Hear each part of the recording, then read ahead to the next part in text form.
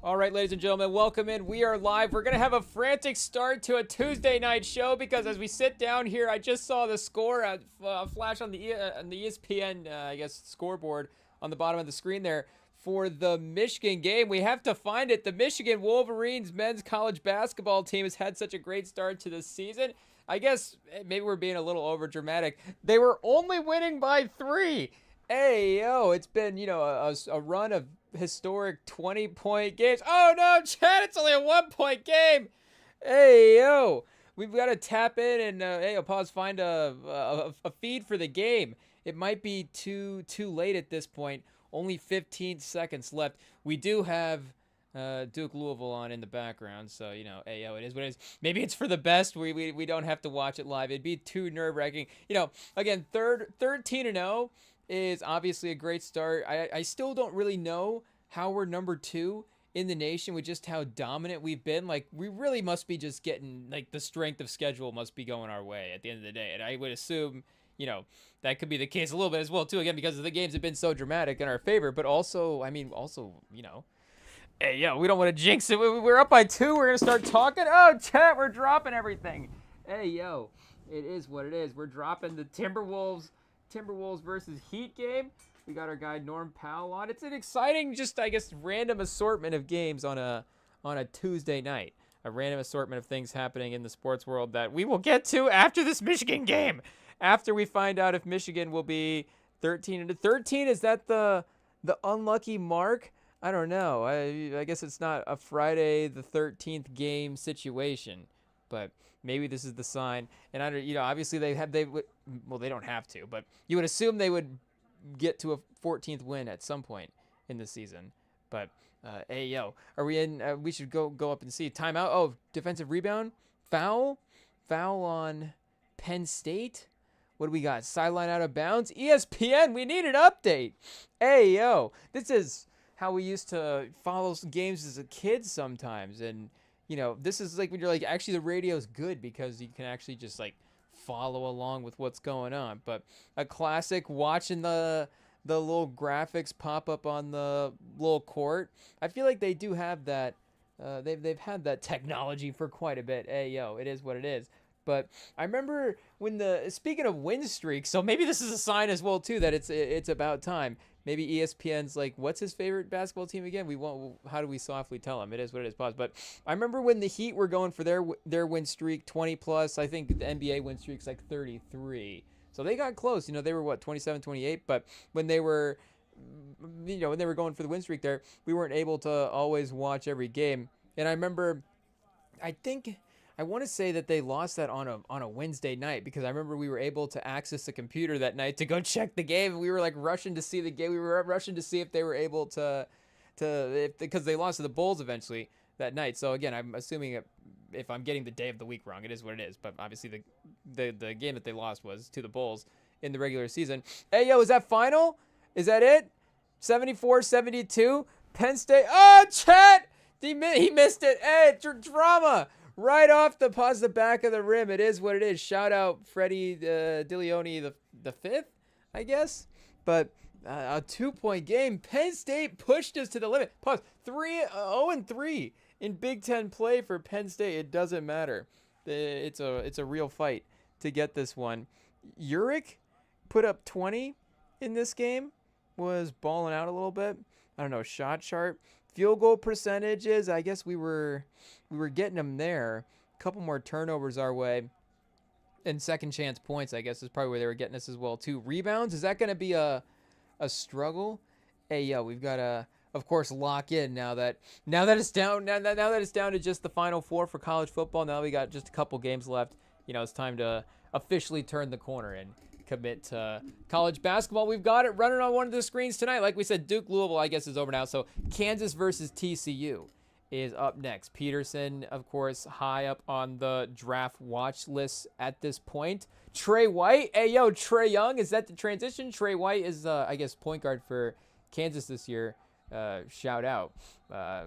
Bryce. Oh, and they also have Bryson Tiller. I remember we saw his name before. Bryson Tiller. Shout out. So it could actually be. I guess maybe we did fact check it and see that it's not Bryson Tiller, but it could actually be. I don't think Bryson Tiller has pro eligibility in the NBA. If you go pro as an R&B artist, does that mean you can't go back to college? But now you can actually go pro in the NBA and go back to college as well now too, because there is a guy at Baylor. I don't know. I think he might be playing this year. I'm assuming he is, but he was a guy that we liked in the draft as well too. Go back and check the tapes. Like, we were like, team, take him in the lottery. He's good. But apparently, I guess, other GMs haven't seen our vision with his talent, and he's bounced around the G. James Ncaa is his name, if I'm saying his last name right. He might have been at Baylor originally, which is where he's at now. So, I mean, it would make sense. And I guess that is fair at the end of the day if he does go back to school. At least you are actually like going back to school. He's not like, okay, let me get my name back in the whole college portal and see what's going on. And, he'll probably transfer, and then there goes that. But at least for now, he's being legit. He's going back and getting his degree. But, again, he did, I guess, play some NBA minutes. So what do you do there? I guess now, shout out to the NCAA. They're just that, literally anything goes. Again, you can actually go play in the NBA and now go back and play in college. The precedent has been set. Has he played minutes in college at this point? Let me see if we can find some stats, I guess, for the 25-26 season. I guess it would be a little bit tough for our draft stock maybe if he goes back to school and then is like kind of, a bit of a culture guy. Yeah, it would be definitely. Then again, shout out for going back for the degree. But I mean, what's he gonna play? The inner leagues in. I guess we're looking up his NBA page as well too. I guess since we're here, we can see how many minutes he played. Okay, I guess he didn't actually register any official NBA minutes. They do have his page because he was drafted 31st overall, first pick of the second round by the Pistons. And he, I guess, played in the G League. We should be technical there. So, yeah, that's close, chat. Ayo, that is close right there. I don't know if he was maybe on the bench for some NBA games. He had to have been. He was definitely there for some NBA games. And apparently this pick was traded quite a few times as well too. It was involved in a trade for Kyrie Thomas. Oh, Chad, this is just a whole team of draft guys we would draft right here. Sadiq Bey was involved in a trade at one point. This is like a future second round pick. This trade is this pick's just being thrown in, 6 years in advance. But traded by Philly with Wilson Chandler, Mike Muscala, and Landry Shamet as a 2020 first round pick, which became Sadiq Bey. A 2020 first. Wait, what is this trade becoming? Oh, this is Tobias Harris to the Clippers. Oh, so once a long time ago, this guy that was going back to school was part of the Tobias Harris to the Clippers trade. Boban Marjanovic also in the trade. Mike Scott involved. So there was a first round pick to Miami back as well too, and a second round pick to that I think it's supposed to trade another second round pick. So a bunch of second round picks getting involved. Trae Mann was a first round pick that was later selected in this deal. Daniel Orturu, that was the next trade that was involved. Part of a 3-team trade. Traded. Oh, Jaden McDaniels from the Thunder to the Timberwolves. Oh, I forgot that. Was that I guess not a draft night trade because it was November 20th. So did Jaden McDaniels play for the Thunder? Or he had to have a little bit, I guess. Hey, at the end of the day, I don't know if we're going to sit here hot take and say, would Jaden McDaniels make the Thunder roster? I mean, of course he would. There is a scenario where there are 5 guys that you're throwing out there that, of course, aren't him. But he was all defense last year or 2 years ago. So, obviously that level is there. And he's 50-40 this year as well, too. 50-40-87. So last year, 47-33-81. So the 3-point percentage has dipped a couple years. That all defensive year, 2 years ago, he was 49% from the field, 33% from 3 as well, too. He was 50-39 in 22-23. So it is, again, kind of just assembling all the pieces of the game together, getting the peak defensive minutes with the shooting efficiency combined. So, I mean, shout out Minnesota, looking like a feisty team in the West. Do we need to lock in right now? They are in the halftime. And, shout out. As long as, I guess, if you can contain Norm Powell for the Heat, you're in a decent spot. Edwards with 16 points in the half so far. So it will be exciting, of course, to sit down and watch Edwards. We do need to maybe, find more alternative ways to watch Minnesota. But shout out. I mean, as we've complained many times and we'll continue to complain, it is what it is. The local restrictions for some of the local, quote unquote, local market teams, you can't watch them. So, and unfortunately, it's been some of the fun teams as well too over the past couple of years with Edwards in Minnesota and Halliburton in Indiana. I guess we would never say fortunately for the league pass, like how there's definitely better ways to phrase it. It's just more, I guess, fortunately one of the restricted teams this year is not the competitive team. Again, the circumstances to which that is the case is obviously not great, but that part of it is, I guess something that has aligned this year. But Minnesota still, of course, Edwards still, all time, current top of the watch list performer. So will be fun to see him in a national game. I mean, these days as well too. They're getting their fair share. But yeah, shout out. We need to see if we can find James Ncaa in a game at some point for, I guess, we're assuming Baylor if he's back there. And here, let's double check if he was at Baylor before, or was he? Oh no, he was just. Was there a guy from? I guess Baylor's had centers in the past. It is what it is. Maybe there was a guy in that. Are we getting our guys? Hey yo, Chad. We tread lightly, but I don't know. I guess clearly we're mixing him up with somebody. But on his basketball reference, it doesn't have him listed with a college team. So, again, if he hasn't actually used any NCAA eligibility, and if he hasn't actually played NBA, NFL, AL, but I guess LaMelo, and it was different a little bit. It was definitely a little different when LaMelo was entering the draft process and all that different stuff, and he was trying to go to college. But the minute he got an agent, he couldn't go pro, and maybe everybody was just holding everything against LeVar at that point, so people just didn't, we were just like, we don't even want to deal with LeVar in the NCAA, like, let's just, saying let's send LeVar to Lithuania is crazy, but, it was not, I don't know, what do we do? We just look back and look at what happened at the time, but, again, it was, like, because of the shoe deal that he got the agent, not because, maybe he was, flirting with draft stuff as well, too, but I don't think he really was. I think he was trying to go to UCLA, like his brother was. But shout out either way. The Lithuania LaMelo, not a lot of highlights that you see rerun, but I guess an iconic run to go back and think about as well too. But shout out to the Wizards, chat. Are they motivated right now? They're in the rumor mill. They're in trade talks. I don't know if we have to mention it quickly. If there is a trade that is being floated out there, I feel like we do have to cruise the trade machine and see what is going on there. We've definitely, I'm sure we checked the tapes. We've definitely cruised the trade machine for Trae Young in the past, but now it's like official. The trade process has been started for him in Atlanta, and it does seem as well too like it's going to be Washington again. I guess we can't necessarily say that that's a guarantee, but if you're seeing the background here on Fanspo, the top two guys in the trade machine, Trae Young and CJ McCollum, that's one of the main reasons that the trade is going to potentially, be executed the way it is because they have the contracts, the financials to be able to complete that. And of course, in terms of Atlanta, you can take back the McCollum deal. It isn't expiring. Trae Young only has 2 years left on his deal as well too, so he's expiring next year. I guess that just speaks to, again, the need for the both sides needs for ready to move into the next phase of things.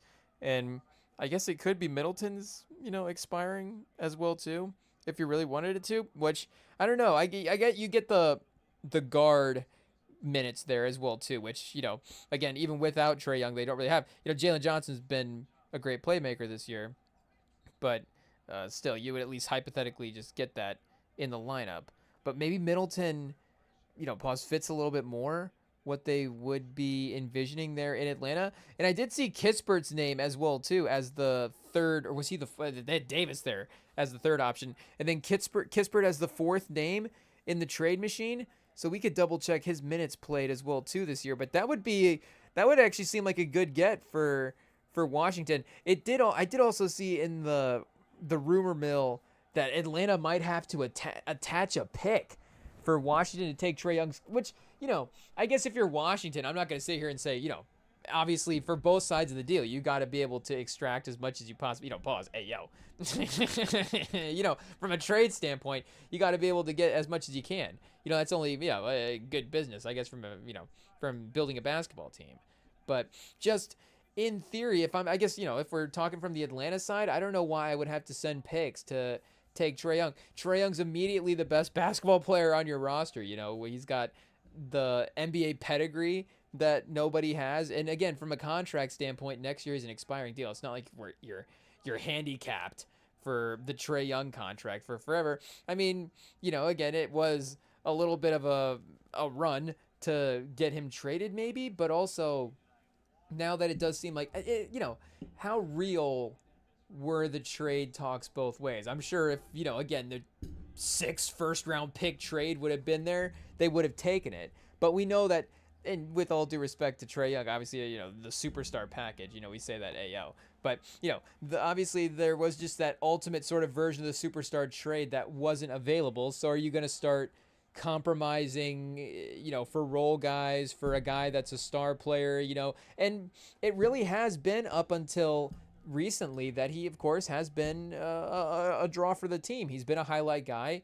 He's been a guy that, fans have enjoyed rooting for. We can't necessarily speak for Atlanta fans, and I don't know, again, with the trade stuff that's happening now as well, too, if it's like, I'm sure there'll be a tribute video. I don't know if Trae Young's going to get like his jersey retired in Atlanta, but again, there's going to be fond memories. Obviously, the conference championship was a great run, and I guess can you make the case that Trae Young's like, is he going to go in and like be the leadership guy in the locker room? But maybe he would be in this Wizards team. I don't know. I'd be working quick. It is what it is. We'll be back soon. Yeah, see that working quick. It is what it is. We'll be back soon. Yeah, see, there we go. We knew. IT's on it. Shout out. We're back. But, yeah. Either way, this is, again, and not to say that you would necessarily salary dump Trae Young, but I think that's a fair, this is not the only 2 parts of the trade that you could have is McCollum and Trae Young. But, again, I don't know if it's crazy. Like, could you get Coulibaly in this, $7 million on the contract? What does that get you at this point? 46 to 38? Here, let's just see from a salary standpoint if we're in the ballpark range, because both these teams do have a little bit of room. They do. The Wizards are 7 wins better when they bring in Trae Young. So, there is that conversation as well, too, about tanking, and this is a pretty good draft. I don't know if you'd want to necessarily, the 1 year you move out and, the 1 year you trade for a superstar, it's like, okay, Washington's definitely going to be in the top 3 this year and get their guy when it's like a top 3 situation like that. But Sar has looked good recently as well, too. They showed the stats before this Magic game, and I guess we can find a different game to watch as well, too, now that this one's over. But they showed the stats, and they said that he was leading the league in blocks per game. So I'm assuming that that's because Wembanyama, what the qualifications are for the stats, but he was at like 2.5. So, again, Wemby, should we have his box score memorized at this point? Probably. But, is he at 3 a game? Obviously that would seem a little light for Wembanyama, but still, when you average it out for a season, the numbers are what they are. So right now, Sar 2.3, league leader. If we sort for non-qualifiers, he's just under 3 a game. Just under 2.9. He can get there, chat. He can get there. I'm assuming, I think the record is like 3.3? Has anybody gotten to 3.5? Has anybody gotten 4? Whoa, has anybody gotten to 3.5? Pause. But I guess pause 4 as well too. But, I think that obviously Wemby's he's got a great chance. Shout out. Maybe, speaking of new games, do we just throw on Spurs Grizzlies? I guess it is close, so I don't know if that's good or bad. At least for journalistic integrity, it means that we have to watch it. So there's really nothing we can do about that there. But yeah, for games played, shout out, it's Sar. So wow, he's right there behind him in games played too. Plus, He's got 21 games played to Sar's 25. Of course, Sar's start, Wemby had that run where they were messing around with him off the bench. So he is at 15 games started. But now he's near 50% for the field, 35% for the field. The numbers are a little bit close. They're a little bit close. Again, I think, would we expect him to be identical across the board? We got to be fair to some degree, but he's close with the steals as well too. They're both about a steal a game. Assisting is not too far off. Wemby is, you can see it, definitely a little bit better of a rebounder, but I don't know in terms of, I guess rebounding, he's rebounding presence because of, again, obviously his wingspan and his height and all that different stuff. But I don't know if, again, pound for pound, he's like a way better rebounder than Sar, but, a little bit better of a shooter at this point, is really the main difference offensively at this point. So, shout out, again, number 2 overall pick in his draft. It was still a guy that could, what do you say, anchor a franchise. And, again, not to be disrespectful to Star. Star's our guy, but is definitely turning into one of those like real building block pieces that you can have. I know that maybe we need to focus a little bit more on some of the guard performers that they would have there. And of course that would be bringing in Trae Young, not just to help elevate, the performances of the guys around him, but if they do maybe not trend out the way that you're thinking, then you would, again, just have those good pro minutes, good entertaining minutes as well too. And you're not necessarily, gonna get a guy that would overlap with Trae Young in the draft if you're sitting at one of those top picks, because of course Boozer is looking like a little bit more of a playmaking forward. Same with Dembasta, and I guess Peterson, of course, also a backcourt guy, but is more of an off the ball, 2-ball, creator type guy. A playmaker in the line of Trae Young, do we say it's rare? Again, that heliocentric type guy, but it is definitely, I don't think something that is, I think, again, with Boozer, you could definitely run a lot of the offense through him at some point. But in terms of him playing with another guard like that, obviously you could definitely see that happening pretty easily. And Whitmore, he doesn't necessarily, I guess him and Whitmore battling for shots could be a little bit of an issue, but they could play together, lineup wise in theory. AJ Johnson as well too. More minutes for AJ Johnson. What's going on there? And I did see Keshawn George's name being floated out as part of hypothetical trade stuff, but I don't know if they would trade George as well too. If you got George and Kispert in the deal, either one's good. Champagny, I don't know, Champagny might be off the table as well.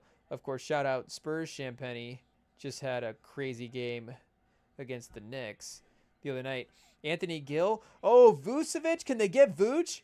I don't know. He's on a 2-way deal right now, so I don't even know how that would work for the trade stuff. He might literally just be like a bonus in the trade. Shout out. And oh yeah, that's right. We have Koulibaly in the deal. It's not, honestly, that's not too far off. That's not too far off. You get to just, if we're just looking about like logically what you're getting back in the trade, you're getting back an out for the contract at the end of the year, because again, McCollum's is an expiring. So you're taking Trae Young's money and you're freeing it up in free agency, and you're taking a swing on a guy that was a top 10 lottery pick and in that mold of that type of athlete that you like to build your team around. Again, the perimeter stuff is maybe a little bit behind at this point. Maybe could you get, obviously if you could get Whitmore, if we're running this team, I think we probably should have, Sam would have been the first thing he said.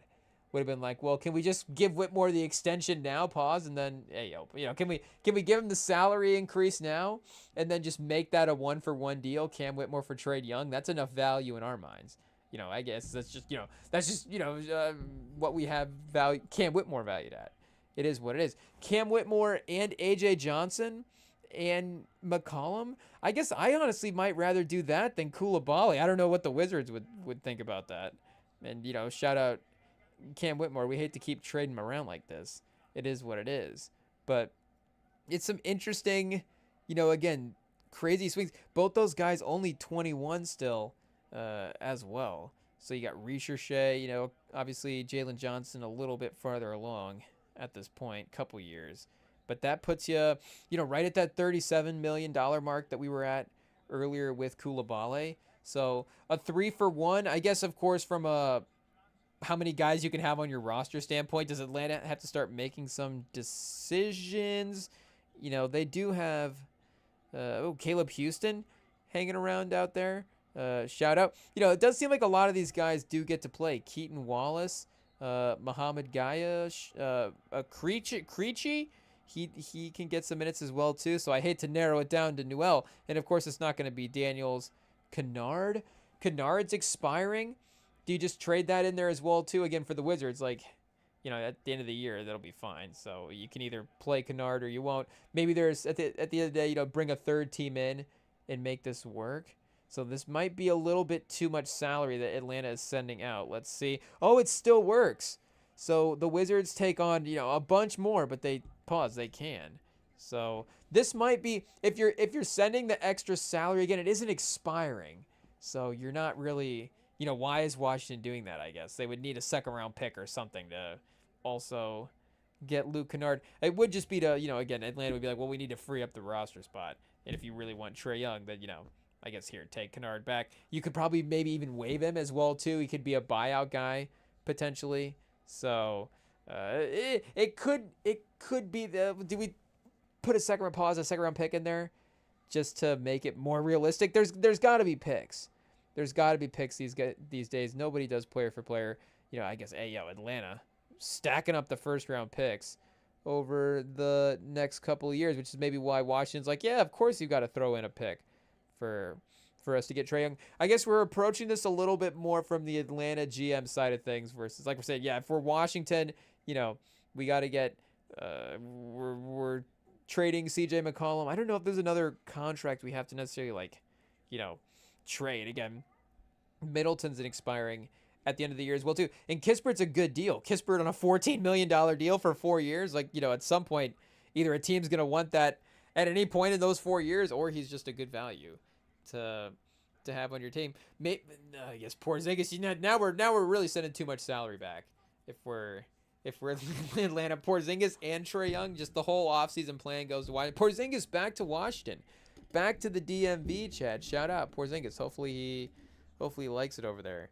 I'm not sure, but this could be if we got the second round pick in the mix here. I guess pause if we're going from the Atlanta side. 2029 for Cleveland. I guess they don't have seconds. They only have firsts. So it might have to be a swap. They've got the San Antonio, Cleveland, Minnesota, or Utah swap, right? San Antonio will receive the more favorable of the 2026 first. Atlanta's 2026 first. Utah will receive the more favorable of its 2026 first. Protect the selections 930. Minnesota's 2026 first. Cleveland's 2026 first. Minnesota will receive the less favorable of the picks. If Utah pick is conveyable, I think Atlanta is so confused by this trade. They're just traded this pick. They'll just trade it to Washington. Then they'll say, Washington, you figure it out. You just, I guess at the end of the league will tell you, I guess. Hopefully they're keeping track in a notebook somewhere what's going on. But we've got McCollum, Whitmore, AJ Johnson for Trae Young, Kennard, and a swap. It sounds a little bit realistic. You know, again, maybe we got a couple from what we were building there. Maybe a couple extra, you know, some extra fat on the trade that we don't necessarily need. But you could see the graphic, the Bleacher Report. It could make sense. You know, do we get Luke Kennard in a Wizards jersey on the graphic? I'm not sure. McCollum in a Hawks jersey? I think it's just Trae Young. It's probably just Trae Young on a Wizards jersey, and here's the trade. It is what it is. Shout out to all the guys. Maybe Cam Whitmore. Maybe we get Cam Whitmore in a Hawks jersey, like just as a little flyer for what's going on. And then you get Cam Whitmore. I mean, that would be, Sam would just be a Hawks fan at that point. It is what it is. I know he loves Tatum, and Tatum's like, his love for Tatum, his sports love for Tatum is right up there with, it's obviously his Chiefs fandom is his number one, but I would say his Tatum fandom it's right there. It is what it is. But if somehow in this timeline that we're creating, you know, I don't know if we're in the doomsday. This is the doomsday trade machine. Maybe we need to. There's definitely a better title that we could think of for that. You know, I don't know if we could have the Kang the trade machine or something, but if we're creating a new doomsday timeline where it's Cam Whitmore and Jalen Johnson on the same team, then there's no way that. I mean, is it unrealistic that they get? I guess you'd have to trade Jalen Johnson to get Tatum as well too. Is Shea and Dyson Daniels and picks enough? And then you'd have Jalen Johnson and Tatum. I guess LaMelo as well. I mean, there is a starting five that we could assemble. I didn't think about putting Cam Whitmore in Sam's 2024, or I guess 2025, 2026 all NBA lineup. But I think and maybe, it just, the guys will acquire a spot as, we think about it. It's not like we just have to have the lineup at one time. I guess we're running a lot of 4v5s and 3v5s up until then, but now it's Tatum, Jalen Johnson, LaMelo, and Cam Whitmore. We got 4 out of 5 players in the mix, so there should definitely be an obvious fifth one that we're thinking of. I don't know, Wemby, he does kind of like Wemby. I think maybe we're just being biased. he obviously loves Wemby, right, guys? So, he's got to be in the lineup as well, too. But, yeah, Jalen Johnson and Cam Whitmore on the same team would literally be a powerful duo. It is what it is. And then, yeah, Shea, Okongwu, Dyson Daniels. I mean, the athleticism would be nuts. It would be pretty crazy. They would be flying around, that's for sure. And Krejcik out there just diming guys up. Just got to have a little bit of, I could say, a veteran playmaker. He's 25. He's got veteran playmaker vibes. It is the IQ's off the charts, Chad. It is what it is. But, yeah, shout out. I don't know if we need to see what else is out there for Trae Young. It would be what other teams want to get involved. It would be like with this Durant Rockets trade that happened this offseason where teams like, I'll get involved in that trade. Let me get in that trade. It's like an 8-team trade all of a sudden. We're not even, these teams aren't even actually involved in the Durant trade. They're making full other trades, and they're just like, just throw a second-round pick, and you can get in the mix. Pause. It is what it is. It's just like a separate trades happening. So, and again, not to say that there's no other place for Trae Young. That seemed a little crazy. I don't know. Speaking of Tatum, I don't know why just randomly Boston seems like it could be a fun swing. Again, we're really, viewing what this trade package would be in a certain way. So and for Boston as well too, a little bit of an old school trade mindset of the old salary caps there. Not thinking about the second apron initially when I was glancing at the team, but Derek White, I guess you're probably you're not trading Derek White for Trae Young.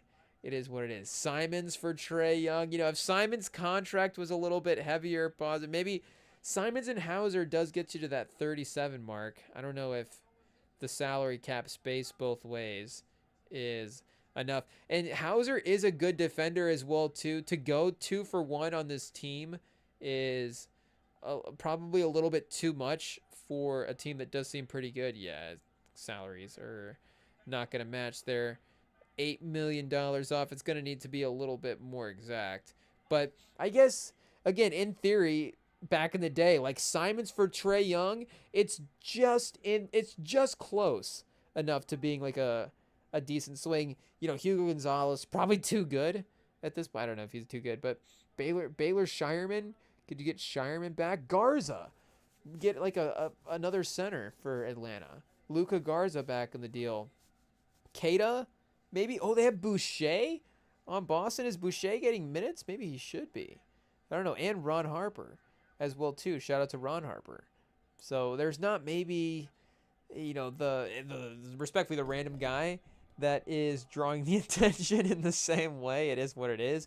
But yeah, Simons for Trae Young would be a little bit interesting. Again, the 2-year deal doesn't make it too bad. We could throw in San Antonio as a potential option. There was a time when that was the number one potential trade rumor destination for him. It was like, how fun is this going to be? Trae Young, Victor Wembanyama pick and roll. It's like, we'll just in case there's another, again, timeline, I guess. We'll see. Feels like there's more versions of, I don't know, more versions of that timeline. But obviously, it seems like the Castle Harper timeline with Wembanyama is going to be fun. I don't know. The Thunder 6-6 in their last couple of games. Maybe they just lost to Charlotte. Maybe they need Trae Young to help save the season. Maybe not necessarily the same two-way player that they would want to acquire. Hartenstein for Trae Young would probably be changing the identity of the team if you ended up making a move like that. Trae Young and Shea playing next to each other. I don't know. We might have to workshop that one a little bit. Philly has, of course, some guards already, some backcourt guys. Edgecombe could be maybe 3, maybe even like a small ball 4. But yeah, maybe him and Maxey is not the ideal sort of defensive pairing that you'd want to build. I don't know, Trae Young for Darius Garland? Do you just take a swing? Do you say, screw it, what do you got? Garland at 39-4. You're probably not going to be able to do that. I don't know if you can really take any salary back in this situation. It's not a lot, and again, 1 for 1 does fit the rules. Oh, what are we at?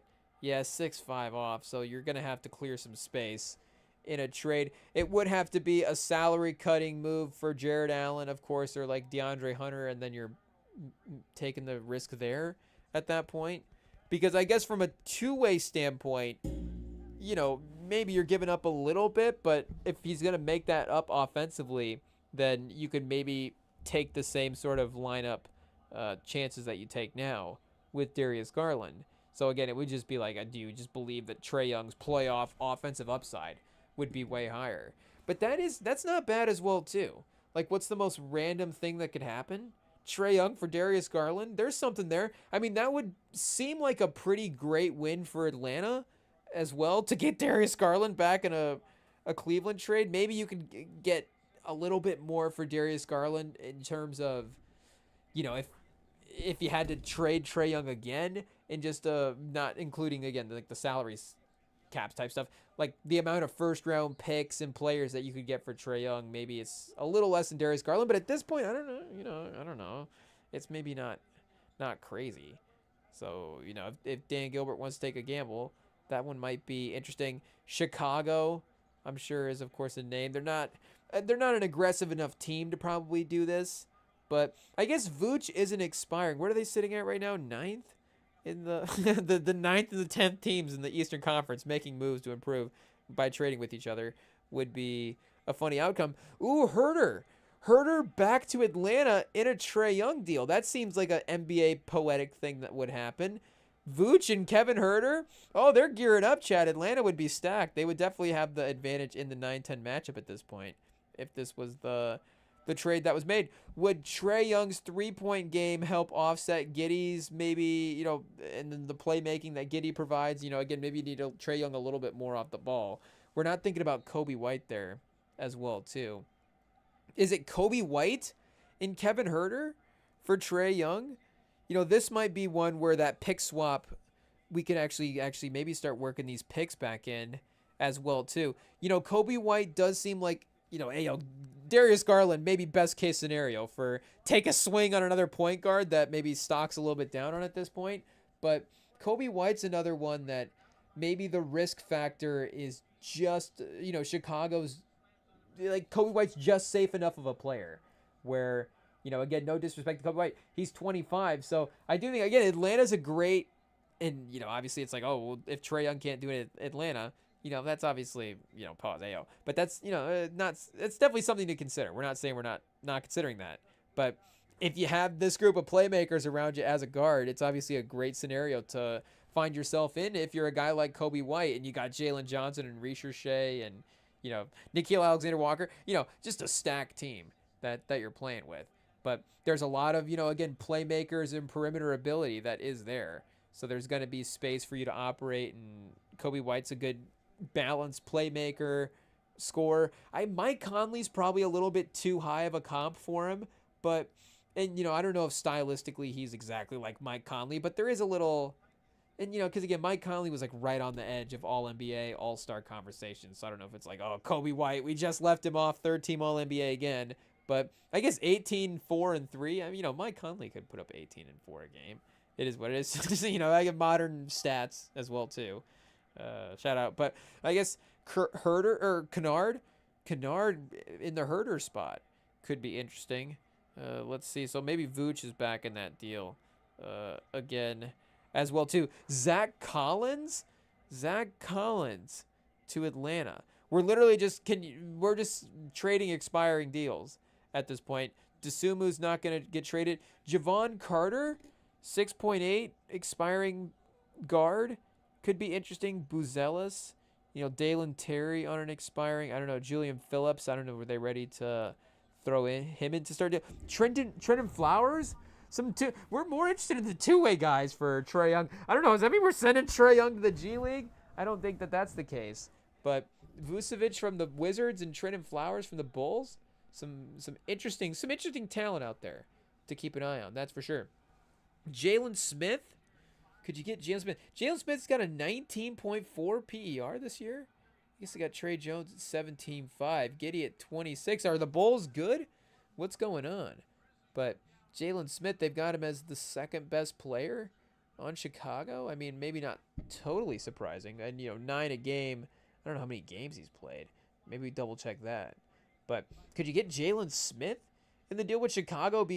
Would Chicago possibly be? Is this the trade? Jalen Smith, Javon Carter, Zach Collins, Kobe White, Kevin Huerter for Trae Young and Luke Kennard? I don't know if it is exactly even. We might have to do some modifications. So I don't know. Maybe Kobe White is probably a little too rich for this deal at this point. Kevin Huerter, this is actually pretty even on the salaries. A 4 for 2. So maybe shout out our guy Trenton Flowers is going to be gone when Kevin Huerter is actually Trae Young is actually, what did we say? He's the one that's in the G League. Oh, we got him. Shout out. Asenu, they just took him in the first round this year. So could Chicago possibly be crazy enough to give up on their first round pick after a couple months? I'm not sure. But Huerter, could you go Zach Collins, Javon Carter, and Jalen Smith for Trae Young? Oh, chat. That's depressing. That is depressing. That is what you call a good old-fashioned salary dump. It is what it is. Pause if you need to. But Zach Collins, Javon Carter, and Jalen Smith. Does this get us there?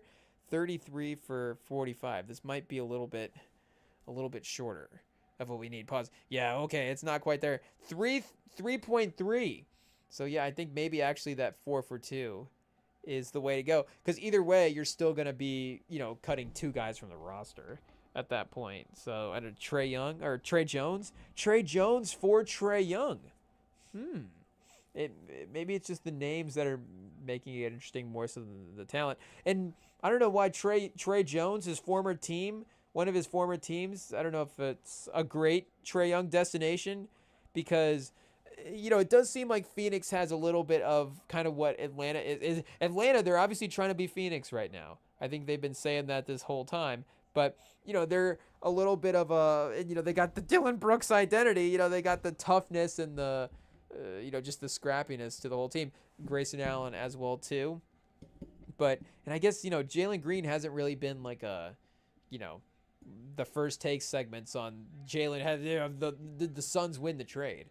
It has been more, of course, just the vibes and shout out. I mean, Dylan Brooks has been, to his credit as well, too, the main centerpiece of the deal. So I don't know, Dylan Brooks for Trae Young. Would that be good for Atlanta or bad for Atlanta? Dylan Brooks in Atlanta. Interesting. It sounds definitely like it could be a show. I think we've definitely got a to-be original. We've got a to-be original on our hands there. A reality show. It's just that. It's a reality show. I don't know if there is, I guess with the YouTube channels and stuff, maybe it's just a YouTube channel. We just get Dylan Brooks to start a YouTube channel, a blog series when he gets traded again. Call it Dylan Brooks in Atlanta. I feel like the Dylan Brooks in Atlanta episode 1, it's 1 million views. It is what it is. Just the first time that title hits the algorithm, Dylan Brooks in Atlanta, you're like, what is this? What is he doing in Atlanta? This is great. I feel like, if we do a little pause, a little too much in the city at one time, then, again, some of the next episodes, it just starts getting into repeats. But that could be, episode 1, a little bit of a survey, and then, sort of longer form explorations of some various things in Atlanta. I think that's, I don't know if that's the description in the video or not, but yeah, we do have Dylan Brooks in Atlanta is a series that we want to see, I guess.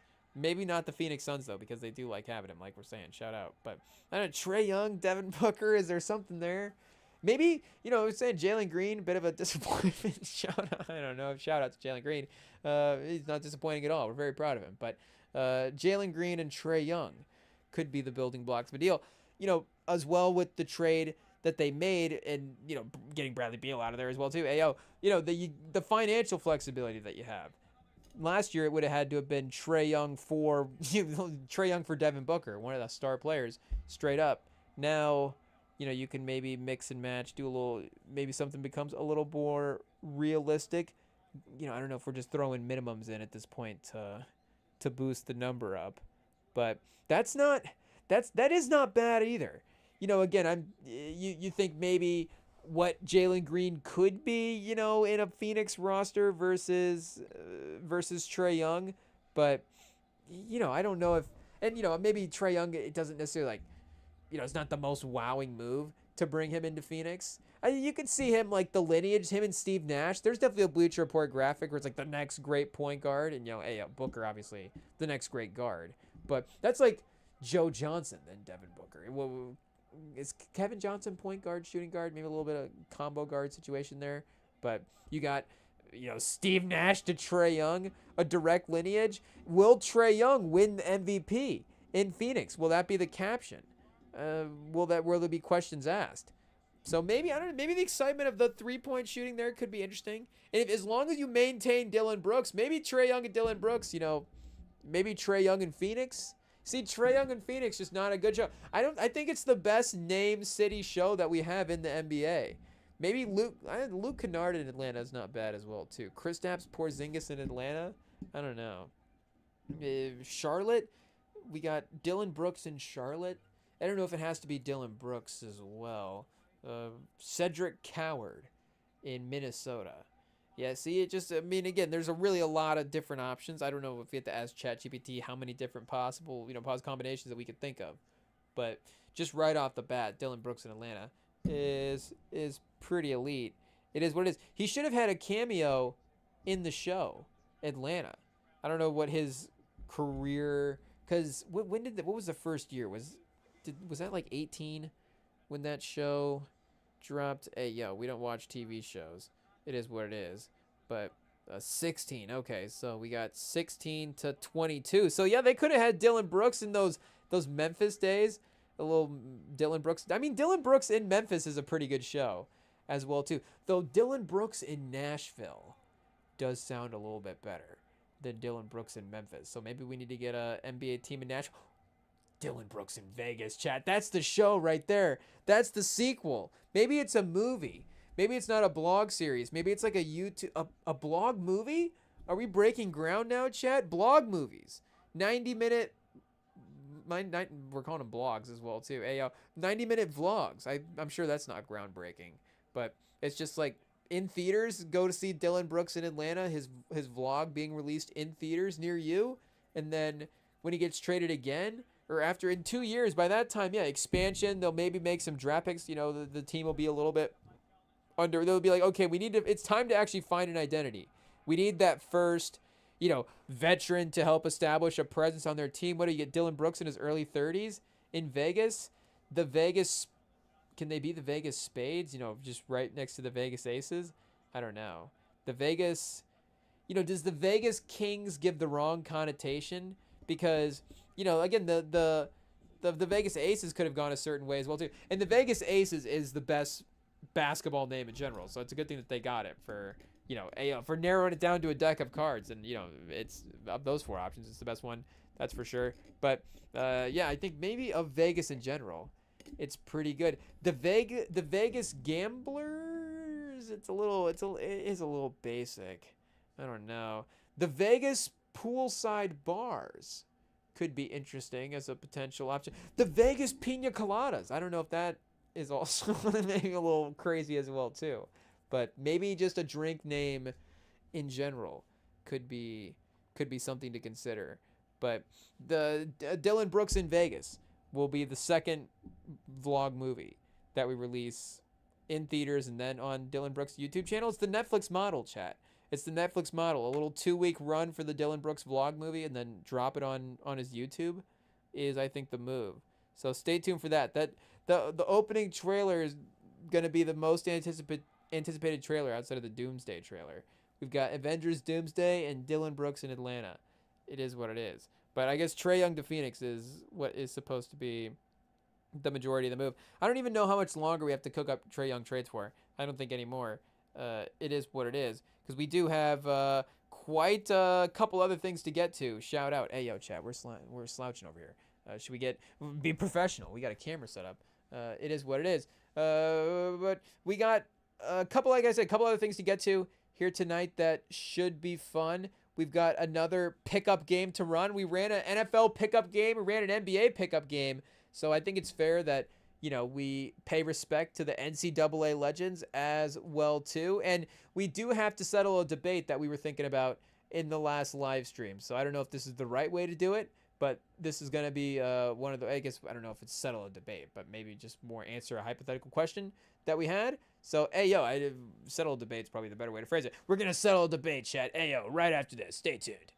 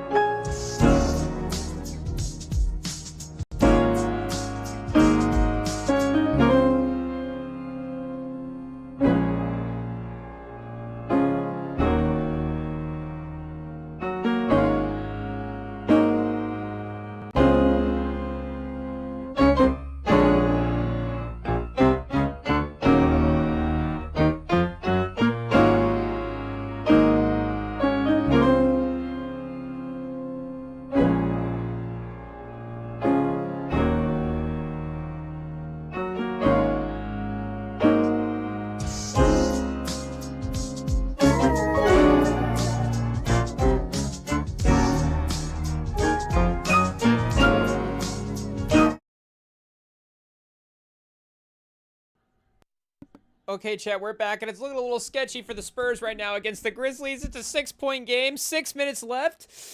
Hey, yo, 6 points in favor of the Grizzlies, I guess, is, is why it's looking sketchy for us. And we got Jock Lindell just cooking Luke Cornett at the rim right now. Hey, yo, it's one of those nights in the regular season. But like we just said, I mean, the Thunder lost to Charlotte, so I guess it is what it is. As a competitive team, we're going to be comparing we're going to be comparing results to the other competitive teams. So, a win versus the Grizzlies is obviously better than a loss versus the Charlotte. Oh, Jock Lindell cooking Wemby off the dribble. It is what it is. Man's just cooking everybody at this point. Jock Lindell, he's a elite chef in the NBA. It is what it is. But yeah, we could do. Speaking of elite chefs, chat, we were talking on the last live stream. We were thinking about the all-century NCAA football team, and we were talking about, as you know, I mean, we've mentioned several times, the best potential seasons that we've had for the last 25 years, but you could argue all time as well too.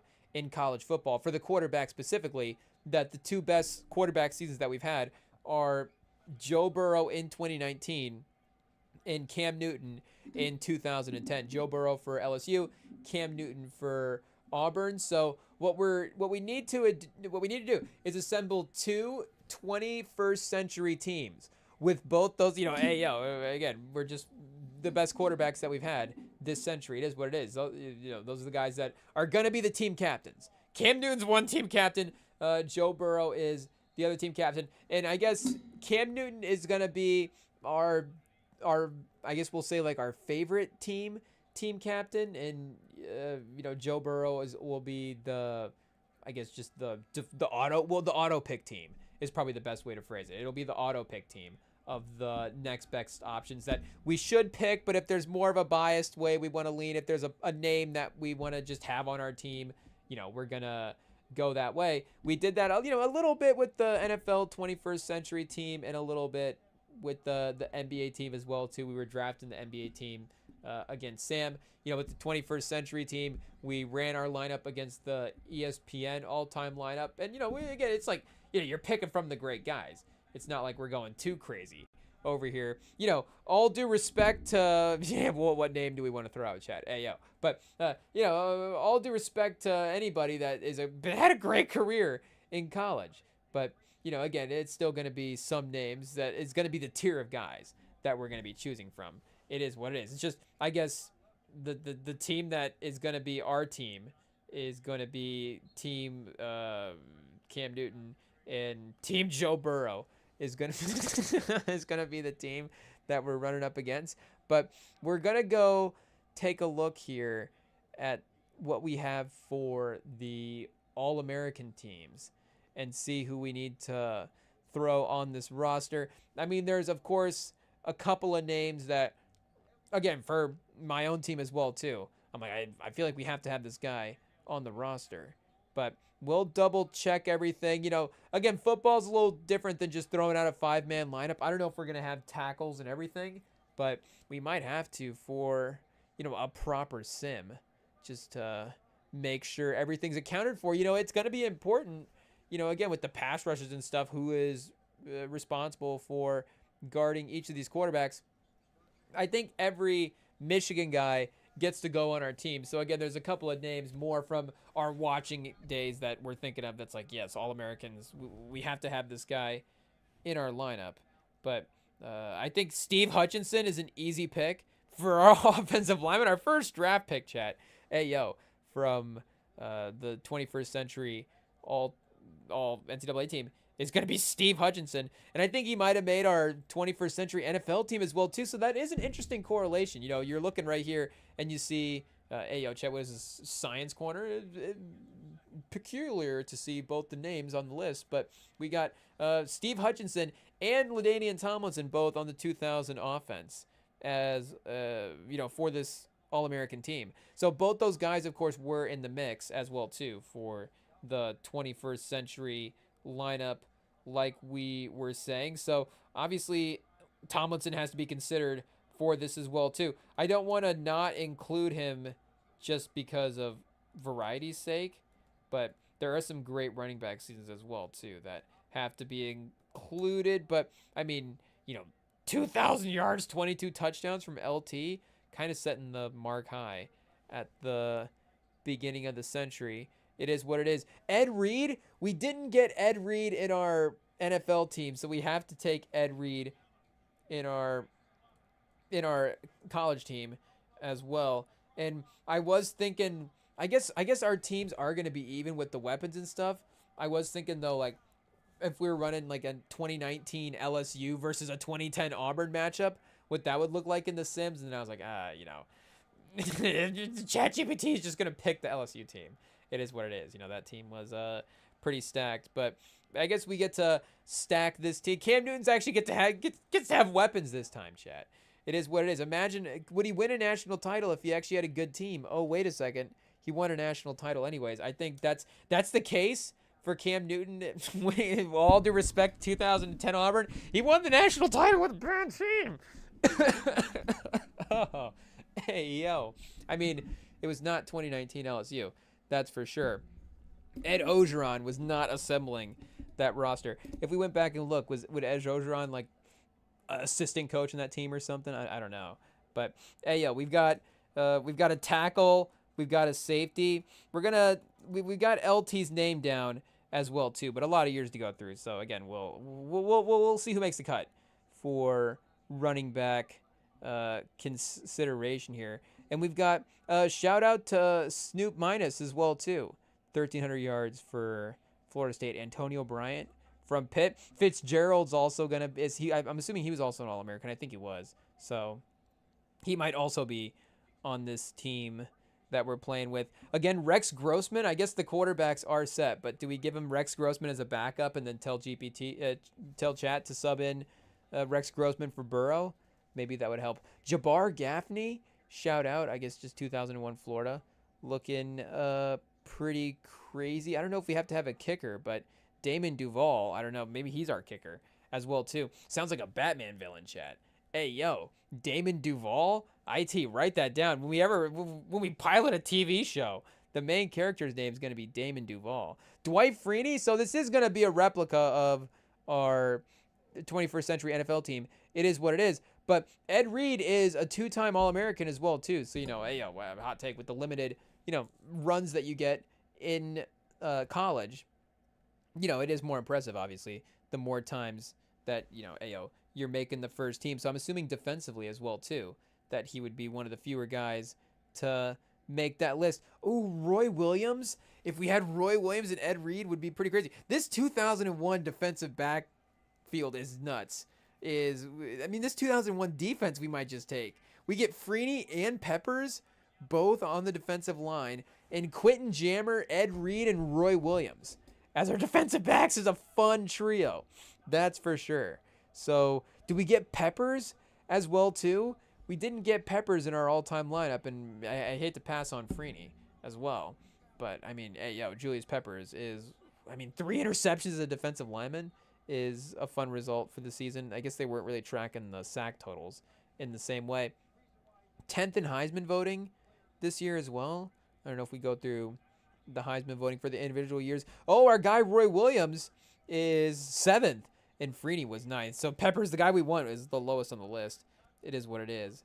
But, we gotta, I guess we'll say for college sake, shout out to Roy Williams as well, too. But we'll have his name, I guess, in consideration from this list. David Carr as a backup. Ken Dorsey as a Joey Harrington. Some fun quarterbacks, of course, back in the day. Antoine Randall was 6th in Heisman voting as a quarterback. Goes a little bit underrated there. But our guy Dallas Clark could potentially be a tight end. And we need to assemble a team for the other team as well, too. Is it just going to be 2019 LSU? Could be pretty close. Mike Doss, shout out. Colts defensive back. Mike Doss, 2nd round, 58th overall. So, the Ohio State run is tough, but we might be willing to overlook that. Oh, Palomalu, Chat. Oh, we're going to get Ed Reed and Palomalu both in our backfield. Oh, no, did we leave Troy off, or was he on the ESPN team? He might have been on the ESPN team. I don't think he was on our lineup. If he was, that might have been a mistake. Or if he was, I'm just forgetting. It is what it is. But we're going to have the 2000s, the 2010s AFC East safety duo as our safety duo for this team. We've got Troy Polamalu. We've got Ed Reed. We've just got devastating, pause. Is devastating physicality crazy to say? I don't know. But it's what we have. So Roy Williams is going to be in contention for the other team as their safety. They're going to have Roy Williams and Mike Doss as their defensive backfield against Ed Reed and Troy Polamalu. So there's Fitzgerald, our guy Fitzgerald, as a potential option. Jason White, the quarterback in 03. We've also got some other names that jump off the page as well, too. But I don't know if they'll necessarily make the lineup. And rest in peace as well, Sean Taylor, defensive back, All-American for Miami in 2003. 10 interceptions. Oh, man. So we hate to be going against Sean Taylor. I think we had Sean Taylor on our 21st century team, but yeah, he might be too good to put on the other team, chat.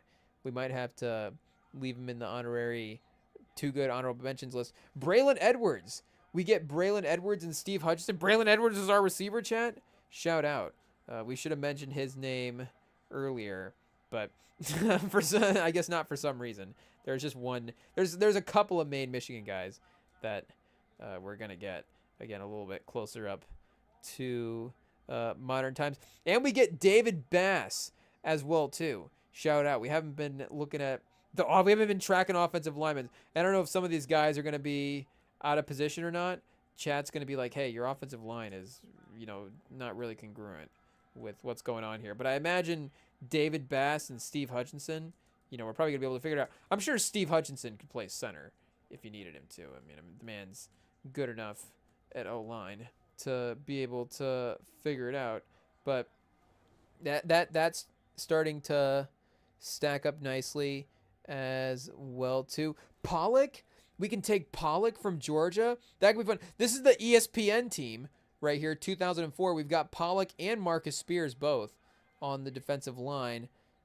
Derek Johnson, linebacker for Texas, and AJ Hawk as well too on Pat McAfee. So this is really a very charismatic, TV friendly bunch, I guess. Here as well. Antron Roll. I mean, we could do Miami versus some all-time team lineups. Could be a fun way to go as well. Ernest Shazier. We've got to have a flex spot for a defensive back. I guess it is what it is. I mean, Ed Reed can play corner if we need him to. I'm sure Ernest Shazier can play corner as well. But is he a name that needs to be brought up more by the Michigan fans? I think so. Shazer, maybe it's say it right, Ernest Shazer. Oh, chat, Vince Young as well. Leaving Vince Young as a contender for the quarterback spot. Again, there's only 2 starters. So if we go for a couple of bench options, then definitely a name to consider. But yeah, he's a tough honorable mention to not have as well too. Though, again, for running backs, a name that was not in our 21st century list, but I think does have to be included in this list is Reggie Bush. So do we put Reggie Bush on the other team? I don't know. We don't have anybody else in that lineup right now except for our guy Joe Shiesty. He's really going to be carrying. So we've got, and just the names as well, it does start to sound terrifying. We've got Joe Burrow and Reggie Bush, and no disrespect to Clyde Edwards-Helaire, but I think just in terms of the draft as well too, he was a first round pick, but you had, of course, Burrow, the number 1 overall pick. Jamar Chase was what, 4th or 5th? Pitts was 4th and then Chase was 5th. Is that how it played out? No, Pitts was it was Chase and then Pitts, right? It had to have been. But and then Jefferson. Hey, who's the other receiver that they had there? Jefferson was top 20 as well. I guess Terrace Marshall, 2nd round pick. But Clyde, if they had Reggie Bush in that spot, would have been obviously insane. But but yeah, I guess he's got Reggie Bush on his team now. It is what it is. Dwayne Jarrett is fun. Oh, Elvis Dumervil with a 20-sack season. I think Elvis Dumervil is a fun name to have as well. AJ Hawk, 2-time All-American. Am I seeing that right? I didn't. Obviously we were familiar with this game. We've got his football card. It is what it is. But 5th overall pick, I guess, shout out, our hatred of Ohio State. We're not looking up their history of some of their players. So AJ Hawk's career is not in college. It's not something we always think of. But 05 as well too. Wait, was he in 06 in that crazy game? Oh, he would have been out that year. So I think we do have, there's like a, speaking of DVDs, I guess not a DVD we bought recently with the DVD player, but one of the early DVDs we have, where is that at? It's not actually, it's a DVD. Oh wait, I think I have it over here. I'm like panicking now. Where is this DVD? But it's like a best of, NCAA type of situation, bunch of highlights and stuff. But it's got a game. It's got the game of the century on there. It's like their one game, and it's a condensed version of the 2006 Michigan-Ohio State game. So I don't know if that's also a, you know, I guess us picking the losing team in that game would be a reason for us rooting for them. I don't know. I think we're fans and we're excited when we got that game on as part of the DVD collection, as part of the, as that game being a part of that DVD set. But that would definitely be like the earliest that we'd be locked in on that rivalry in terms of watching stuff. So yeah, I guess he would have missed out and being the condensed version of that cut as well. But yeah, I guess AJ Hawk has to be in the lineup. Shout out, like we're saying, the two-time All-Americans. Definitely have to give him credit there. And Umerville, who were we saying? Elvis Dumerville is definitely a name as well that is going to be in contention to make the team. Oh, we were talking about McFadden recently, and is he another two-time All-American? Is Joe Burrow going to have McFadden and Reggie Bush? We might have to take Darren McFadden, chat. Hey, yo, this team is fun. This team is definitely more fun. It is what it is. We've got Cam Newton, Darren McFadden, and Braylon Edwards. Yeah, chat, our offense is cooking. Darren McFadden and Cam Newton is just a fun. I mean, Darren McFadden is like just the ultimate like name a guy. I mean, shout out. McFadden's just a great last name. It's just a great name. It is what it is. Darren McFadden, and he was awesome. So, and there is. I'm not saying there's not something. Oh, Spurs are down by 1. 19 seconds. Wait a second. Sorry, Darren McFadden, Jock Lindell. They're gonna foul Lindell. Oh, did they get the steal? Sohan wants the steal. Is that why it's favored by? Is that why Grizzlies are up by 1? And some Sohan minutes tonight. I don't know, but yeah, shout out. We got and Calvin Johnson.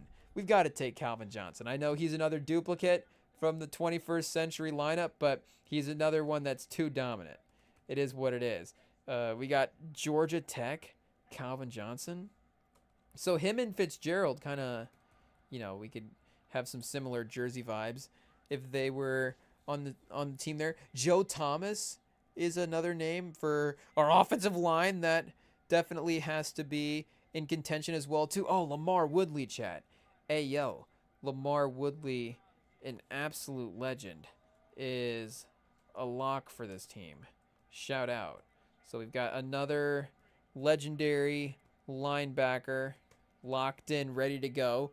Great pass rusher as well. Laurinaitis, I guess we're not automatically competing against the Ohio State guys, but he also, of course, was great. Weddle, Reggie Nelson was a fun fun NFL career as well. Oh, chat, we're forgetting Leon Hall from this 06 team. Another reason it's the game of the century. We're running all defensive backs in this lineup. It is what it is. But again, I mean, Troy Polamalu, like I said, we were playing Ed Reed at corner. We're playing Troy Polamalu in linebacker. We're playing him in the front 7, and we're just gonna let him attack the run game and attack, the short side of the field there. It'll be fun. Ed Reed will have the entire backfield locked down. Nobody will be throwing any passes there. And then, Leon Hall, we've actually got a lockdown corner as well too. I was thinking about doing Cam Newton versus Tebow, and then I did remember, oh yeah, that's right, Joe Burrow played as well too. Oh yeah, Jake Long in 07. Again, our offensive line is going to be impenetrable. I mean, the Michigan offensive line is going to be one of the great school offensive lines that you can take. It is what it is. And Jake Long, a number 1 overall pick as well too. So I mean, he has to be included. How many offensive linemen were number 1 overall picks? But I think we have to get Michael Crabtree. I know there's going to be more than 11 guys on this team. We've got Braylon Edwards and Michael Crabtree. We may be moving Calvin Johnson to the other lineup. I don't know. Reggie Bush, Joe Burrow, and Calvin Johnson is definitely going to be some crazy names to be competing against. But again, Cam Newton, Darren McFadden, and Michael Crabtree, that team on a Saturday night is ready to play, Chad. I don't know about Sunday, but Cam Newton on a Sunday. And I guess Crabtree as well, too, is pretty good. I mean, there's some iconic quotes that maybe would make you think the other way. But you can't say that Crabtree was actually a sorry receiver. He was a very, very good NFL receiver. You have to give him credit there. Chat, we're only in 07. These rosters are starting to stack up. Oh, and he is two-time All-American as well, too. So shout out. Automatic qualifier there. Ooh, Michael Orr. Shout out Michael Orr. He's offensive lineman for Joe Burrow's team. We got him locking down Joe Burrow's blind side, chat. Yes, sir. He is going to be, great protection there. The best offensive lineman that Joe Burrow has played with. is Old Miss Michael Orr. Sean Green, Iowa. Shout out the home state. It is, not a ton. Maybe some more on the defensive line. Have we gotten to Adrian Claiborne yet? Where's his name at? He might be making this all-time team. But Sean Green was fun as well, too. 1,800 yards and 20 touchdowns. Had a little bit of a Jets run. Speaking of LaDainian Tomlinson, I think they played together there. It was kind of a fun backfield with Sanchez. And then Malaluga on defense. I mean, one of the great names. Arakpo? Brian Arakpo. Now we're just, again, getting biased. Oh, Eric Berry?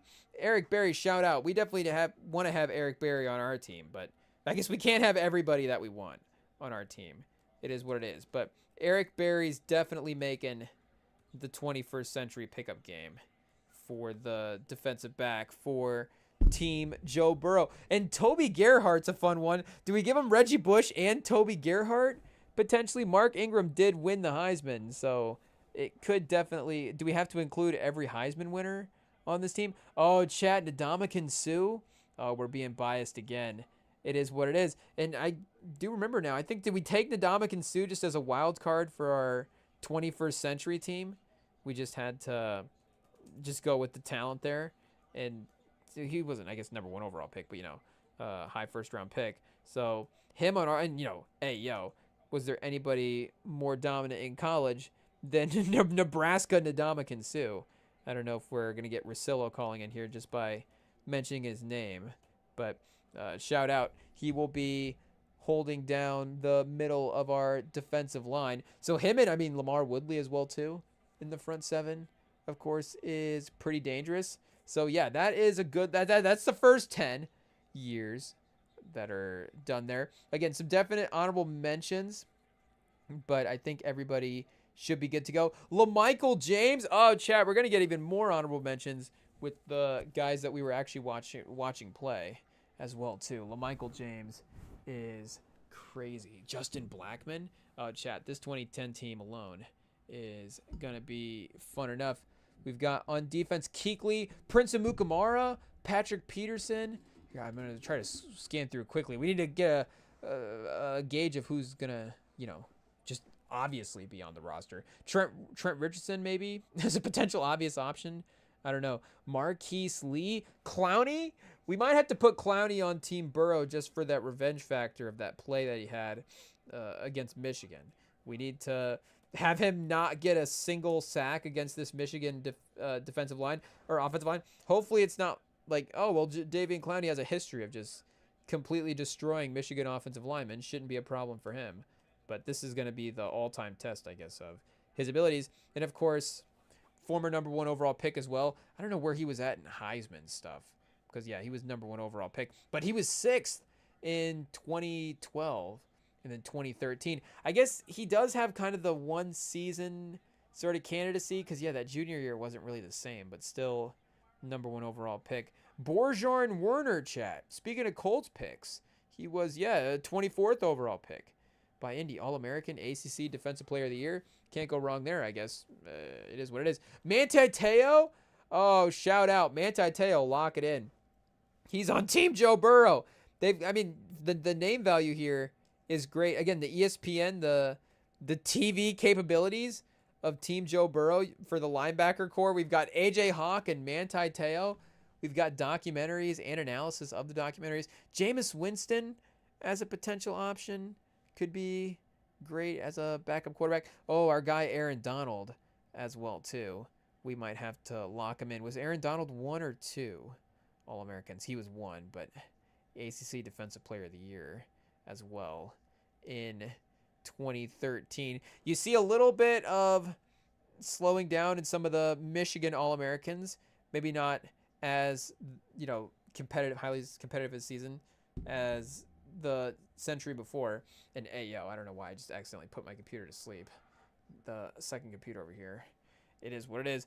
Get that baby fired back up. The Bosa brothers, said Bosa twins, the Bosas, of course, could be considered. Oh, Fournette and Derrick Henry is probably the best running back combo that we've had on the list so far. I guess we'd have to go back to that Tomlinson year. And Peterson as well, too. We kind of went past Peterson's name. But, the second running back there could definitely have that duo in contention. But just in terms of, broken tackles, combined broken tackles between Fournette and Henry is crazy. So either of these guys have to be on the list, I guess, probably over Gerhardt. And both teams have one running back. Cam Newton and Joe Burrow have, again, Newton has Darren McFadden and Joe Burrow has Reggie Bush. So do we give Derrick Henry to Joe Burrow? I think Derrick Henry and McFadden, I guess, what are we going to have? Two powerful running backs? Is that going to be a bad thing? And then Cam Newton as well. We would just be unstoppable in terms of, how do we not get a first down in 4 attempts if that is our run game? So screw it. We'll take Derrick Henry. I think it would be fun to see him and Reggie Bush in a backfield together. There's definitely some complementary skill sets there. But hey, McFadden and Derrick Henry, I'm sure, is going to be great as well. So we will lock him in for us. And shout out Fournette, 1,900 yards, 22 touchdowns. It's close. It's right there. It's basically everything you need. But unfortunately, there's only a couple spots. It is what it is. So Desmond King, again, a couple Iowa guys that we could be biased towards. Some fun home state memories there anyways. Watching those guys play. Dalvin Cook, fun. D.D. Westbrook was dominant as well. Myles Garrett, again, #1 overall picks. Peppers, there he is, finally. I don't know if we can officially include him on the list. He was the #1 Michigan guy we had to get. Well, I guess tied for #1. There's one more that we're going to be greedy and grab as well. But Jabril Peppers is an absolute lock. I don't know if Ernest Shazier is going to get cut from the roster or if we can just also play Peppers in the front 7. I think it's definitely a possibility. But we now have, 5 defensive backs? Yeah, we have Ed Reed, Troy Polamalu, Ernest Shazier, Leon Hall, and Jabril Peppers. So that gives us, with Lamar Woodley, a back 7 pause, and then we would need 4 more defensive linemen to complete our roster. So if we had 4 defensive linemen plus our linebackers were Woodley, Troy Polamalu, and Jabril Peppers, it's a little weird. I guess we do maybe get 1 more defensive back as well, but we do have to definitely include him on the team. And then Myles Garrett, an option for Team Burrow probably at this point. I guess, like we said, we do need more defensive linemen. They've got Clowney as their one. So Clowney and Garrett, if they're just going #1, and Burrow, I guess that's just team #1 overall picks at that point as well. Hurst, I wasn't thinking about Hurst, chat, but I should have been. So that makes me think about another defensive lineman that I wasn't thinking about. So, hey, I guess this is basically an all-Michigan team. It is what it is. I should have known that there was more first-team All-Americans than if we were just going to be biased. It is what it is. So we do just scroll down since we're already here and find the other guys. We need Hutch. Where's Hutch? He's our last guy. And then I was thinking about this Mason Graham, Kenneth Grant combo as well, too, that we just had. Did Kenneth Grant make an All-American team? He might have. So, Hutchinson, though, we definitely have to have as a 21st century pass rusher. He wasn't, unfortunately, on the team that actually won the national title, but was part of that rise and that team becoming, with Harbaugh building it there, as dominant as it was. And maybe somebody from this Clemson run as well, too. Wilkins was kind of the leader of that team, though. Cleveland Farrell, I think, ended up being the highest overall pick. And Dexter Lawrence, I think, has had the best NFL career. But, Wilkins has had a great career as well, too. And, again, just his overall sort of leadership on that team might have to be represented. And then, like we were saying, 2019 LSU, we could just have Jamar Chase as the other option. Those 1,700 yards and 20 touchdowns, I feel like there's a couple other receivers with a couple other yards. Do we just go back and grab Fitzgerald as well, too? I don't know. CeeDee Lamb, 1,300 yards, 14 touchdowns. Probably not going to make the cut. It is what it is. And I don't know. Joe Burrow, he just kind of always has to play with Jamar Chase. It just feels like the right combo. So we'll give them, we'll give their team Chase. And then maybe they do also get Fournette as well, too. So they're getting, Elvis Dumervil also on their defensive line. So that's the other guy we'll add in there. Jadeveon Clowney and Elvis Dumervil is a pretty crazy combo. This might have actually had, did they play together? They may have actually played together in real life.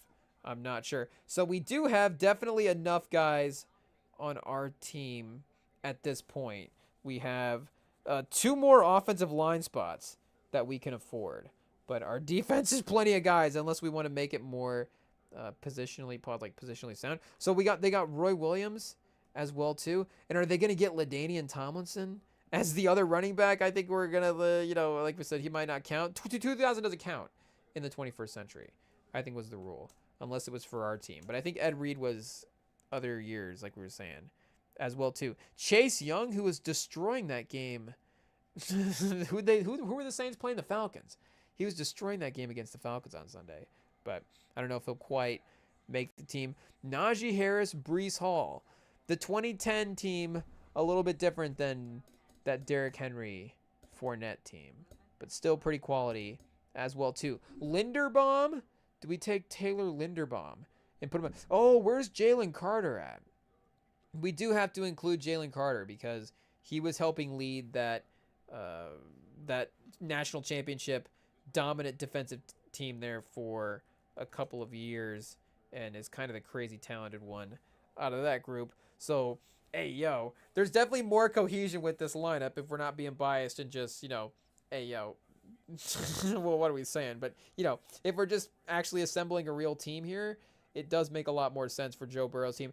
Jadeveon Clowney, Elvis Dumervil, Jalen Carter on the defensive line is looking pretty scary. So, yeah, their offensive line needs to round out a little bit more as well, too. We did see Joe Thomas's name, so we'll shout out Joe Thomas as well. Get him included on the team.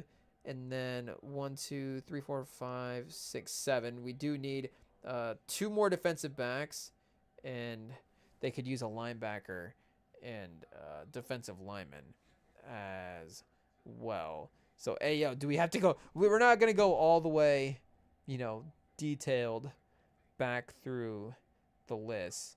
But now we can be biased and include, again, some other guys that we want. So is this where we throw LaMichael James on the list? 1,700 yards, 21 touchdowns. Did he actually win a Heisman All-American? Was he second? He was third in Heisman. And then 10th. So 2 Heisman voting years and then 1,800 yards. And then just being so much fun. Oh, chat. Are we also going to give him Tavon Austin as well, too? Do we just have to for the highlights? Was Tavon Austin not on the All-American team? Did we miss his name? Maybe he was on as like a punt returner or something. Let's see. Maybe just to, get guys. Whoa, they didn't. He never made an All-American team. Shout out. Though 8th in Heisman voting. Do we need to just rescan the Heisman voting real quick? Jordan Lynch is not going to make the team probably. But that does seem like an omission for sure. Monty Ball is a fun name. Was Monty Ball not an All-American? Yeah, maybe there's... Oh, no, he was 2 times.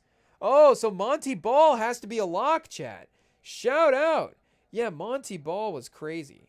So he is a definite lock for Team Joe Burrow as well. And then that made me forget the other name that we were looking at. Oh, Tavon Austin. No All-Americans, no actual Heismans, but a crazy YouTube highlight reel. So that's enough to get a lock on this team. This team is fun, chat. I'm not going to lie.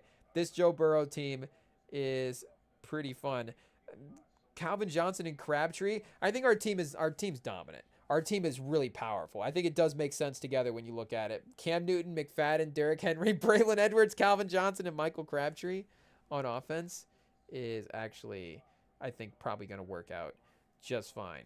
But the modern day speed and athleticism of this team is definitely starting to, like we're saying, round out nicely.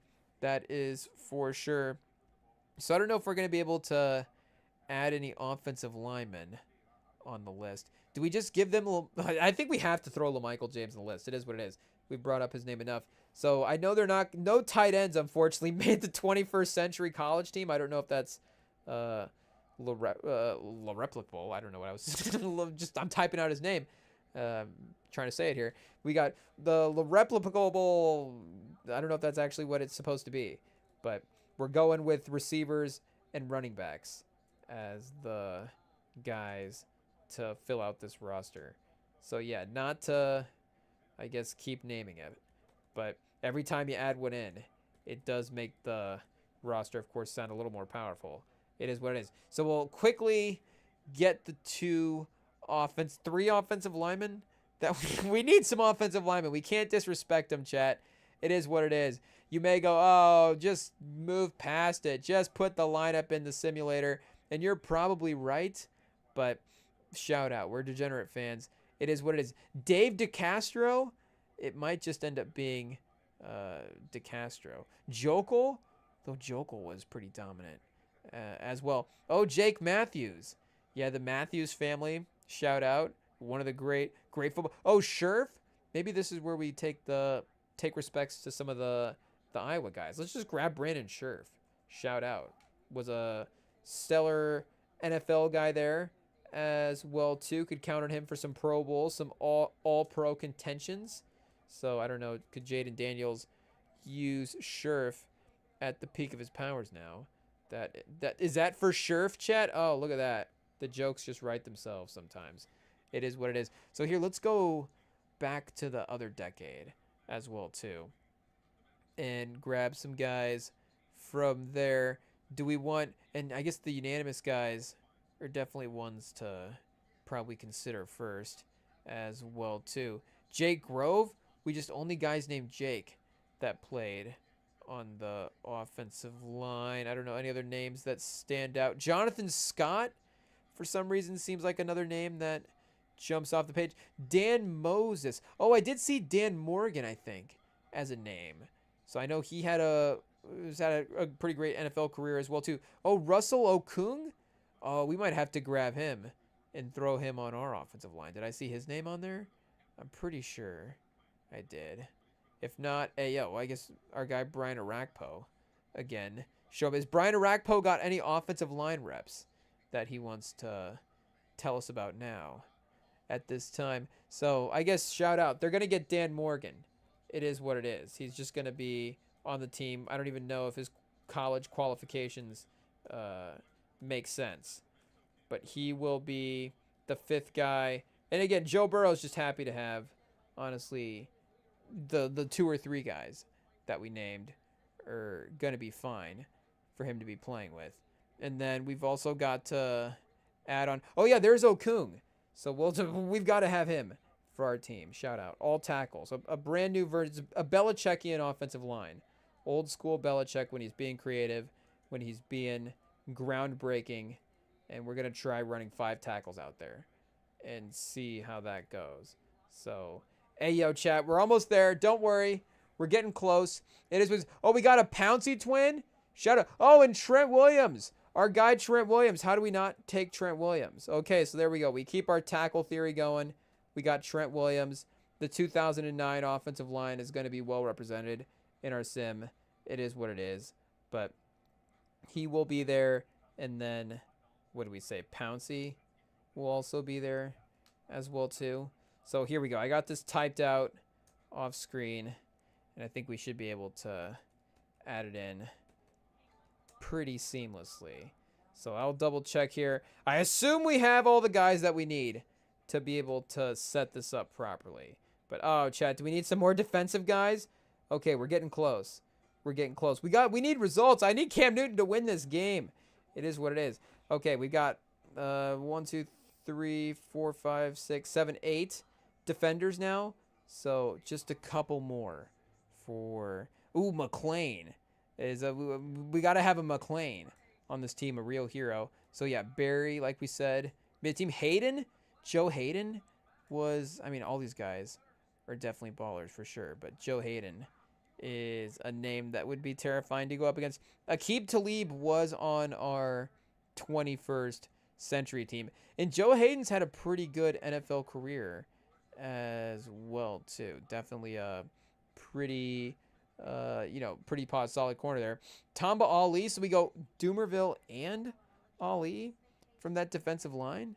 Shout out is 05. That I guess was 05, 04. Oh, we didn't get Pollock. Shout out because we had AJ Brown, AJ Hawk from a couple of different seasons. So we'll go David Pollock on the defensive line and can kind of move around there a little bit as well too. Carter's got some positional versatility. Clowney, if he has to, I'm sure, rush over a tackle or rush over a guard, I'm sure it won't be the worst thing in the world. So boom, that gives us a great defensive line to go against for Team Joe Burrow to have there. Heath Miller, do we just throw Heath Miller into this game?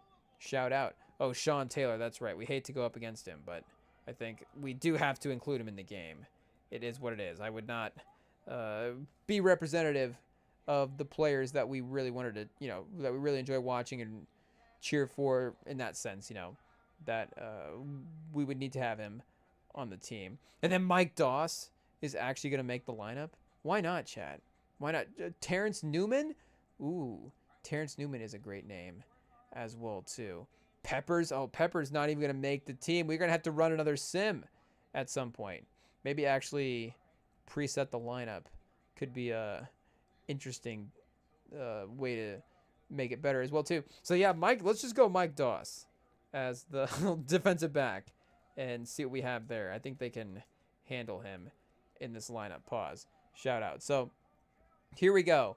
We've got the roster set. Hey, yo. Let me get the lineups pulled up here, and we could run a game and see what we have. So just to double check what we have on the roster here, of course, Team Cam Newton, our first team captain of our 21st century team, has got as his offensive teammates Darren McFadden, Derrick Henry, Braylon Edwards, Calvin Johnson, Michael Crabtree, and a stellar offensive line.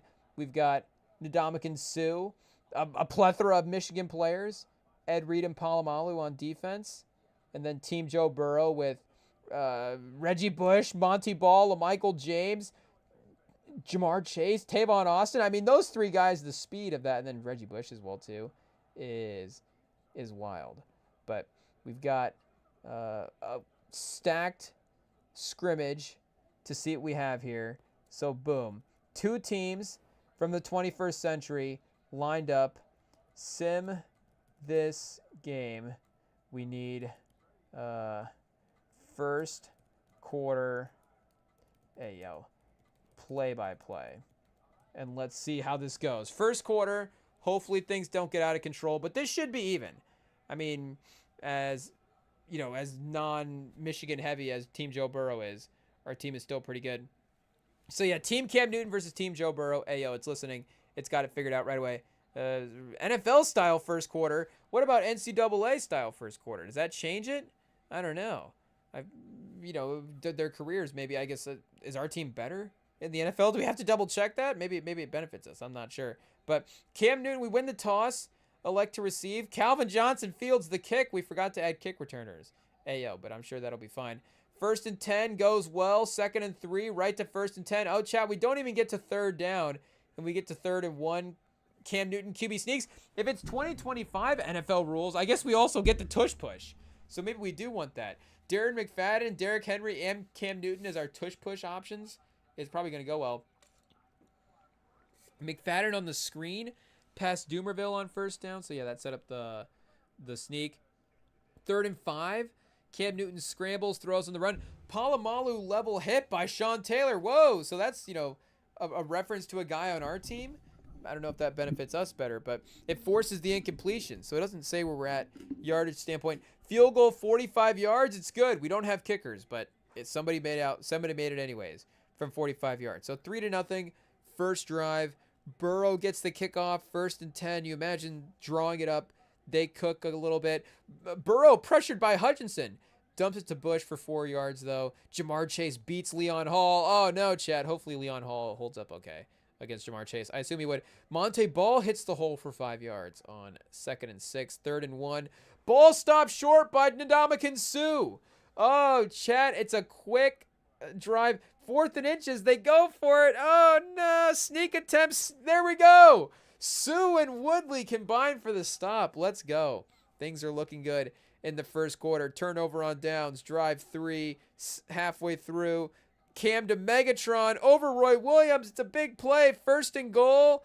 Henry 6 yards. Second and goal. Sean Taylor once again carrying the team Joe Burrow on defense. It is what it is. Explodes through and forces Cam out at the 5.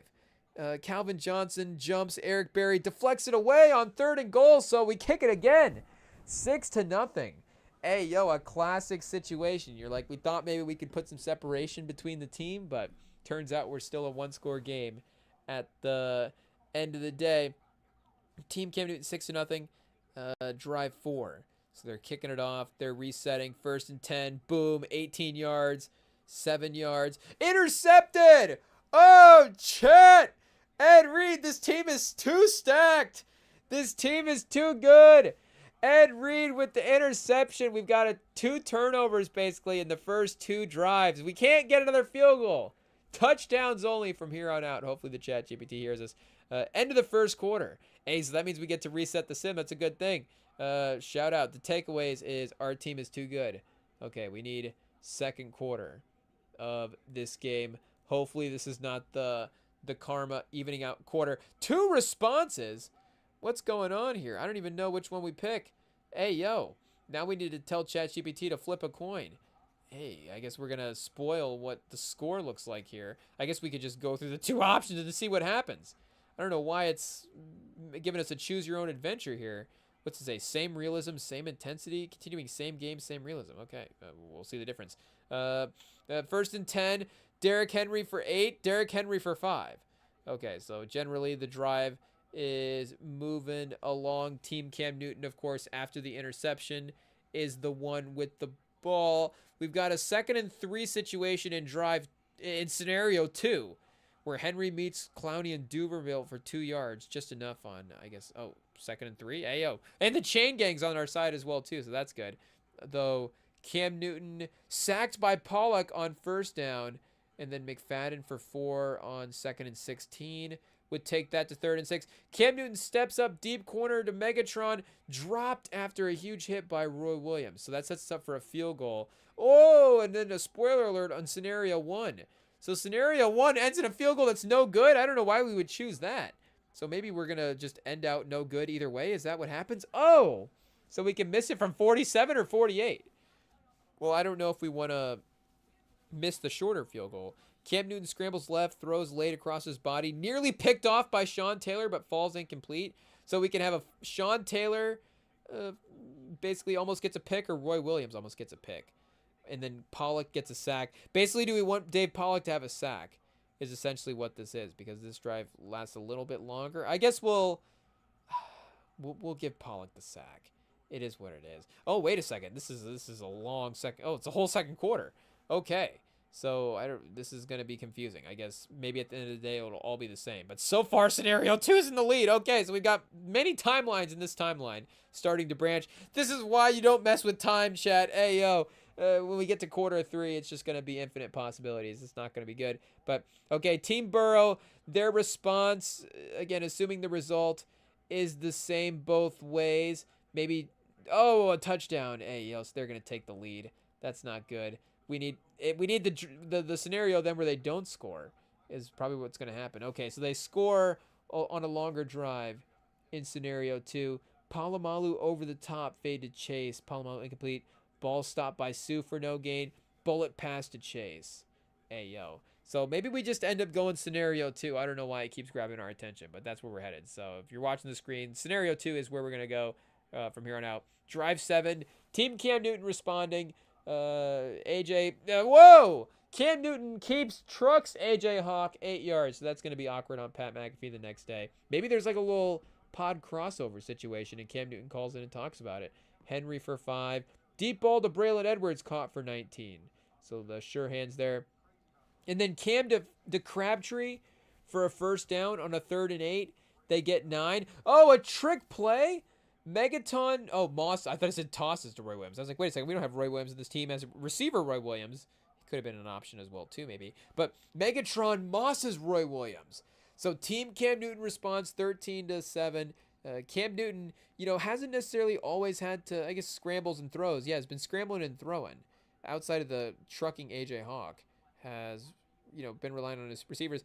Tavon Austin, bubble screen, 11 yards, getting involved. Hutchinson kind of being the defensive presence for this game. And, chat, we see interceptions starting to happen.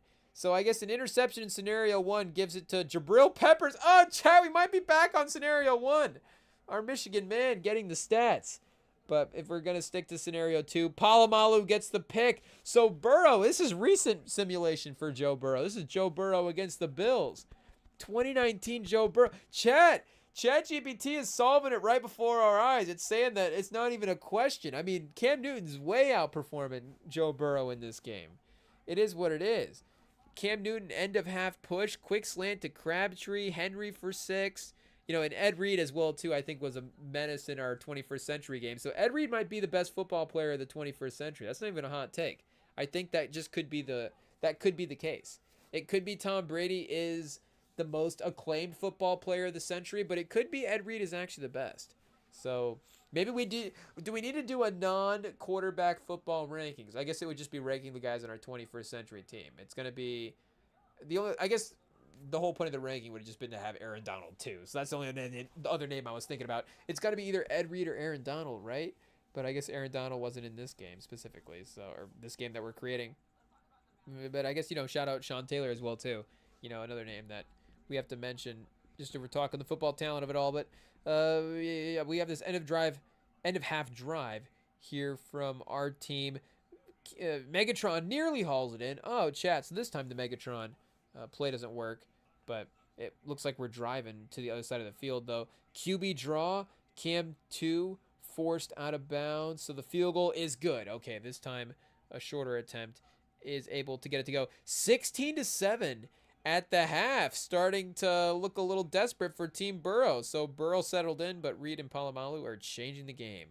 You love to see it. So yeah, we'll pick response 2 in this scenario, even though I think it ended with us in the same way for either one. So third quarter, that Joe Burrow clutchness factor is something to always worry about. Maybe that's more later in the game, but we did receive the ball in the first half first.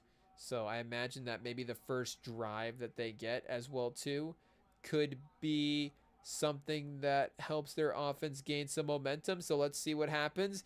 Couple of quick plays. First down, 3rd and 1. Monty Ball stopped short by Sue again. So Ndamukong Suh and Ed Reed, I guess we do have the most dominant players in college football ever, but they are destroying this offensive line that we assembled for Joe Burrow. Once again, his offensive line is not enough. Michael Orr, Joe Thomas, maybe because we put Brand Scherf instead of Brandon. Maybe he doesn't know who the right guy is, so sorry to Team Joe Burrow there. But Dan Morgan and Marquise Pouncey, apparently not enough. It is what it is. And then he hits Chase in the slant. Again pressured by Hutchinson. Monty Ball. So yeah, okay, that sets up the 3rd and 1 where he got short. Burrow sneaks it behind Pouncey for the first down on 4th and inches. So that time they were able to get it to go. That might be a pause. But 3rd and 2, Burrow rolls right 3 yards, moves the chain. Anticlimactic. It is what it is. Keep the ball moving. It looks like this long drive might be difficult to stop. 2nd and 4, ball met by Woodley, 1 yard. 3rd and 3, Burrow flushed left, sacked by Hutchinson. So this time, chat, we're getting too excited. This game's not actually happening. Aiden Hutchinson this time actually gets through the quarterback. It is what it is. Loss of 7.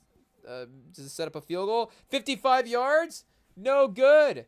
Hey, yo. Shout out to the Cincinnati Burrows, chat. You love to see it. It's the same exact thing. So we actually get to take over at the 45 now as well, too. 9 yards on 1st down, 11 on 2nd, 6, 2, 3rd and 2. Cam lowers the shoulder on A.J. Hawk. Oh, no. A.J. Hawk doesn't stand a chance. He's been called out twice in this matchup. It is what it is. Deep shotgun on 1st down. Just missed to Megatron. Once again, 2nd and 10 to McFadden. McFadden in the screen game has been kind of lethal here. Hey, yo. 12 yards in the screen. 1st and goal, right to the goal line, chat. Henry for 4 from 1st and goal from the 13. ChatGPT a little off on some of these calculations every now and then. But either way, 1st and goal from the 13. We'll take it. Maybe we had a false start penalty in there or something. But Henry, 4 yards, 2nd yard, play action. Cam, Braylon Edwards, we're rolling, chat. We're rolling. This isn't even a game. Oh, man, Cam Newton is dicing them up. Let's go. Let's go. 23-7, and a dominant drive. 4 minutes left as well, too. So even if Burrow scores here, we're starting to get comfortable. Not that we want to get comfortable. I mean, I imagine they're going to score eventually. But 23-7, I mean, we might win this game. We've been screwed over in close games all the time. So, I mean, in our all-time NBA simulation, Steph Curry missed 3 game winners in a 7-game series. He was 0 for 3. So, you know, really taking the final stats to too much drama there.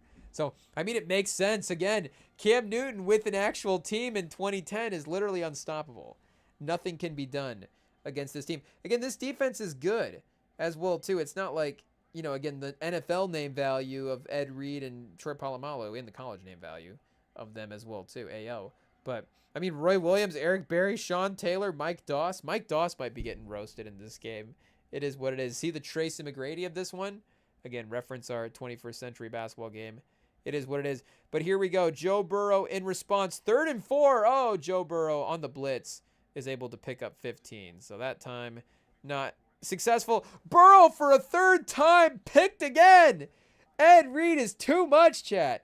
The safety game is too much. The Michigan secondary corner game is just pressuring Burrow into tight windows. Ed Reed is literally all over the field. Burrow's like, how is there 2 of these guys? You're like, no, there's just one. It's just Ed Reed. Multiple interceptions now. I mean, are we going to get to 30? 30-7 in the 3rd quarter? Let's hope. Let's hope. Controversial call. Henry for 6 on 1st and 10. Okay. So Henry again. 5 yards. I don't think handing the ball to Derrick Henry up 2 scores is controversial at all. I think it's exactly what we should be doing. But, conservative. Okay, that makes more sense. Cam Newton looks to the end zone, throws it away under pressure.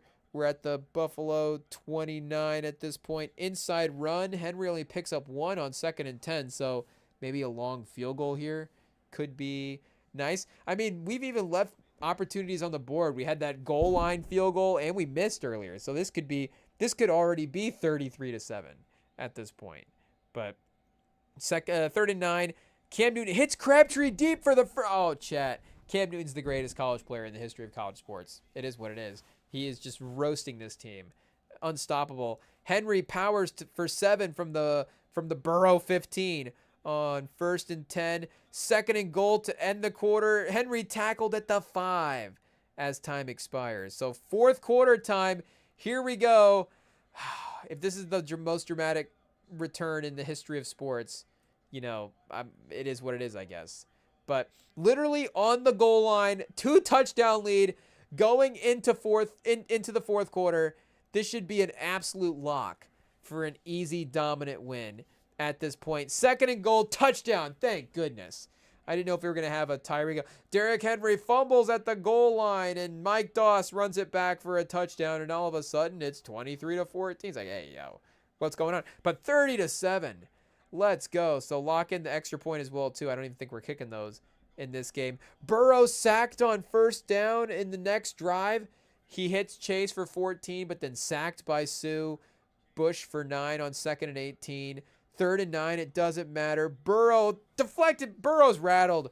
Burrow's in his mind. I don't know. Poton's watching. Something's going on, but we got incomplete pass on 3rd and 9. They're going to have to go for it. It is what it is. Oh, I forgot. Mike Tomlin's coaching this team, so they punt. It's 30-7 in the 4th quarter, and they're punting it away. It is what it is. So here we go. This is the nail in the coffin right here. The killer drive, the Vegas point spread, the legacy, the really achieved greatness here with this drive. We were able to get this to go. Conservative again. Not controversial at all. Henry for 5. Darren McFadden totally out of the game at this point. Our receiving back, Darren McFadden. Who would have thought? But play action, Crabtree to 8. Oh, I mean, Crabtree's awesome in this game as well, too. Cam Newton to Michael Crabtree is an all-time Saturday combo. It is what it is. Pause. But Cam Newton for 7 on the read option. Haven't gone there much. Henry for 1. QB power on 3rd and 2. Cam converts. Deep shot on 1st and 10. Oh, broken up by Barry. So they have dropped a couple of picks. I will say that. It is what it is, but you got to convert. So 2nd and 10. Cam Newton throws it away on 3rd and 6, though. Henry up for 4 on 2nd and 10. So we punt on 4th and 6, the first punt of the game. You know, it makes me sick inside, to be honest. And as a GM, I don't know if we're allowed to coach this team, but I would really love to score on every possession. Again, even the missed field goal, that also makes me sick, but it's a missed scoring attempt's different than a punt. A punt is disgusting. You know, you love your punters, but you hate to punt. It is what it is. So, and to hold Joe Burrow to under single digits after he's putting up like 60 in the national title would be a fun historical achievement as well too. So drive 17. Burrow is firing here. You know, again, down 3 scores. It is what it is. 6 minutes left. We're in prevent defense, so you can't really. People are walking out of the stadium, so you can't really credit him too much. But 17 yards, 12 yards, 8 yards, and then intercepted again by Polamalu. Chat. Does he have 5 picks in this game? ChatGPT is just replaying the same form. Does it know that he got picked off in the earlier quarters? I don't think it does. But either way, we'll take it. Pause. Polamalu once again. Ed Reed, too much. Returns to the midfield, stiff-arming Tavon Austin. I'm surprised Ed Reed wasn't able to return one of those for an interception, honestly. But either way, the offense has been obviously capitalizing as well. So again, we could literally have had 40 or 50 points in this game. But a conservative 30-7 type win, I guess, is fine at the end of the day. 1st and 10, Henry, Cam for 8, Henry for 1, QB sneak conversion. Ooh, now Team Burrow, of course. Now they start using their timeouts. It is what it is. Cam to Braylon Edwards for 12 yards. That's what we like. Aggressive offense, up 21. It doesn't matter. You gotta keep the foot on the gas pedal. 1st and goal, kneel down territory. This ain't Belichick. This ain't the Patriots. We're not kneeling if it's 1st and goal. We're scoring a touchdown. We can't get to 40, but we were going to try to get to 40. That was our goal unofficially. Cam takes 3 kneels. I guess it is what it is. It's okay. Final score, 30-7. See, it doesn't look as dominant as it was in the history books. I don't know, all-time game. Again, it is what it is because of how awesome our defense was. But our offense did leave a little on the board. Shout out. So, yeah, we need a box score. I guess MVP vote. It is what it is. Swap eras? Oh, swap era. I was like, jersey swaps. Who would be swapping jerseys in this game?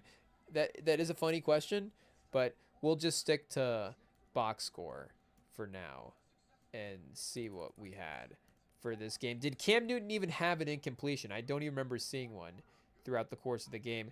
Cam Newton, okay, 23 for 35, 312 and a touchdown. Also, 9 for 54 on the ground. Derrick Henry, 26 for 138 and 2 touchdowns. Darren McFadden, 7 yards a carry, but Darren McHenry. Hey yo, Derrick Henry was at 25 carries. The Ravens actually should have been just running this offense. I guess it is what it is. But 41 for 233 on the game for the rushing stats. Yeah, basically 6.5 yards a carry, 2 touchdowns. We've got Calvin Johnson, 7 for 124 and a touchdown. Braylon Edwards, 6 for 72 and a touchdown. Michael Crabtree, 6 for 61. And then, Darren McFadden, a sneaky little 3 for 38 as well, too. Some effective screens when we needed them. 7 for 124. So it turns out Cam Newton, Derrick Henry, and Calvin Johnson is too much to be dealt with. And Aiden Hutchinson as well, too. Ed Reed, 2 picks. 5 tackles. Sue, I forgot we had Ndamukong Suh as we were even reading the offense there. 2 sacks for Sue. Pause. Whoa. Hutchinson getting to the quarterback there. Lamar Woodley as well. So, the defense was unstoppable. 3 for 4 on the field goals. Who's our field goal kicker? We need to bring Vinatieri back. Joe Burrow. Yikes. 24. Doesn't know what year Joe Burrow we took it. Maybe it took 2018 Joe Burrow. Hey, yo. 24 for 38, 271, a touchdown, and 4 picks. The rushing game was, not as dominant as you'd like. 2-time All-American Monty Ball, 3.5 yards a carry. Reggie Bush, disrespectful to Monty Ball. Just unbelievably disrespectful. It is what it is. But Reggie Bush, 11 for 63 in this game as well, too. Maybe we should have given him Toby Gerhart. Hey, yo. But Jamar Chase, though, in classic Bengals fashion. This is really the most Bengals thing of it all, Chad. Jamar Chase had great stats, and nothing else happened. It is what it is. But Jalen Carter got a sack. Clowney got a sack. Pollock got a sack. Pollock getting in there, running down Cam Newton? Yeah. Does it have AJ Hawk was truck sticked like 3 times. But yeah, Ed Reed, 2 interceptions, erased the middle of the field. He has to be the game MVP. It is what it is. Shout out. So Cam Newton, it's settled, chat. We've settled the debate. All-time ranking of both rosters. I guess we don't need ChatGPT's opinion on that. But yeah, shout out. Cam Newton is the greatest college quarterback to ever play in the 21st century. It is what it is. So we do have, I guess, a couple of quick things to mention before we wrap up the show. Don't go anywhere. But, hey, yo, we're going to go pop some champagne real quick with our roster. We'll be right back.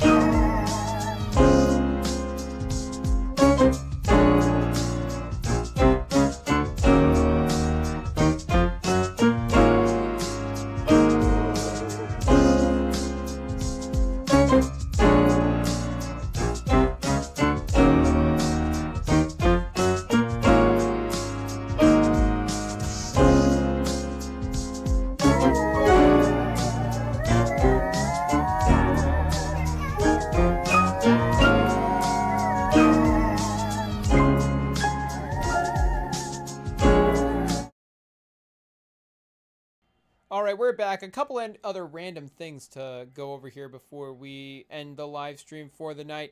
We do, of course, have some family in town for the holidays. It's been great to see them. They get to stop by every couple of years. So, you got to, of course, really take for granted, obviously. That's not the right way to phrase it. Whatever the opposite of that is, you really got to, I guess, cherish the moments that you have with them. But either way, we were chatting about some random stuff the other night, and we were... So, I mean, you go a little Rem and Sam business corner here. Maybe we got to run this business idea by Sam as well, too, before we officially start grabbing investors. But we were cooking up some different ideas for some different facilities, and we gotta pitch the business.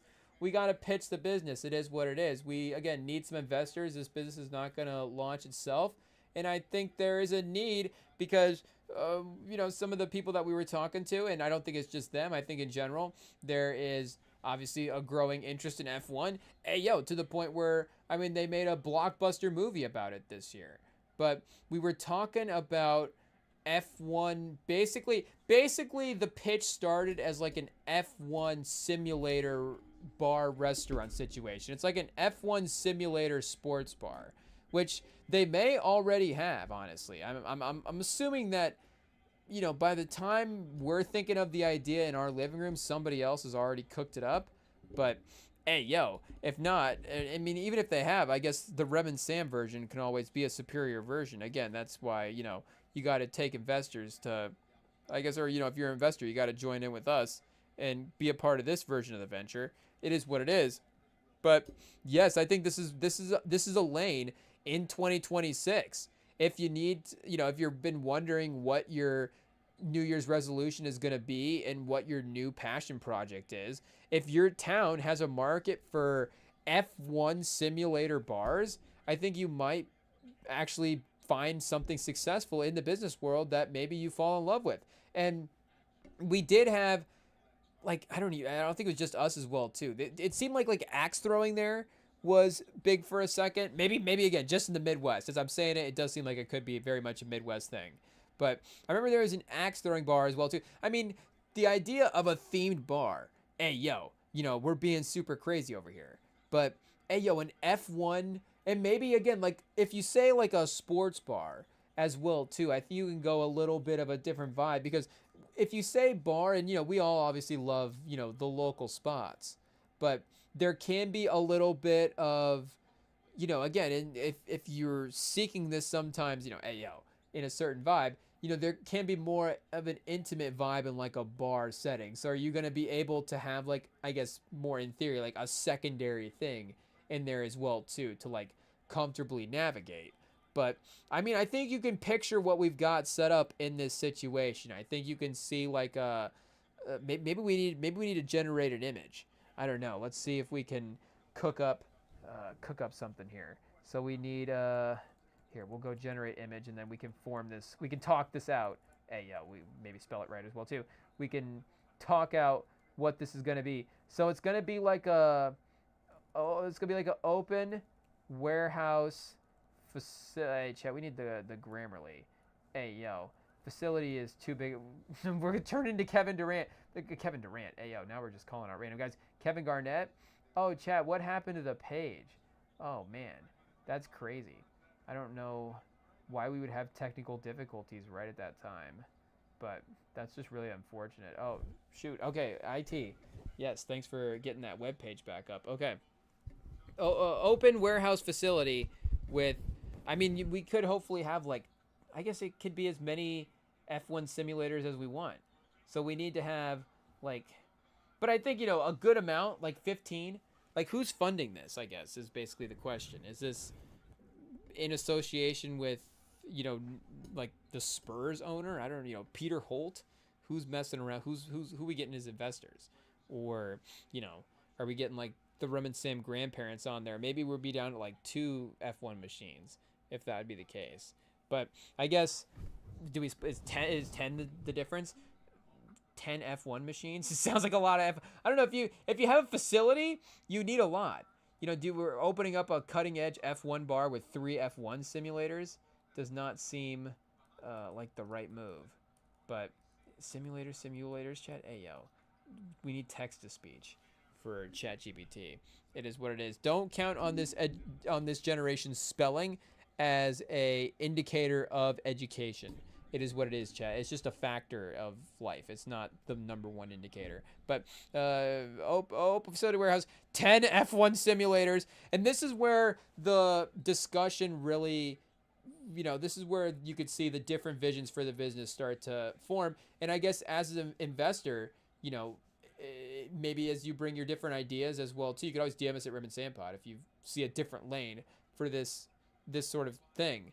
But I think if you got the F1 simulators, we were also talking about VR stations. So you go like 5 VR headset stations, and then you definitely have to have golf simulators as well too.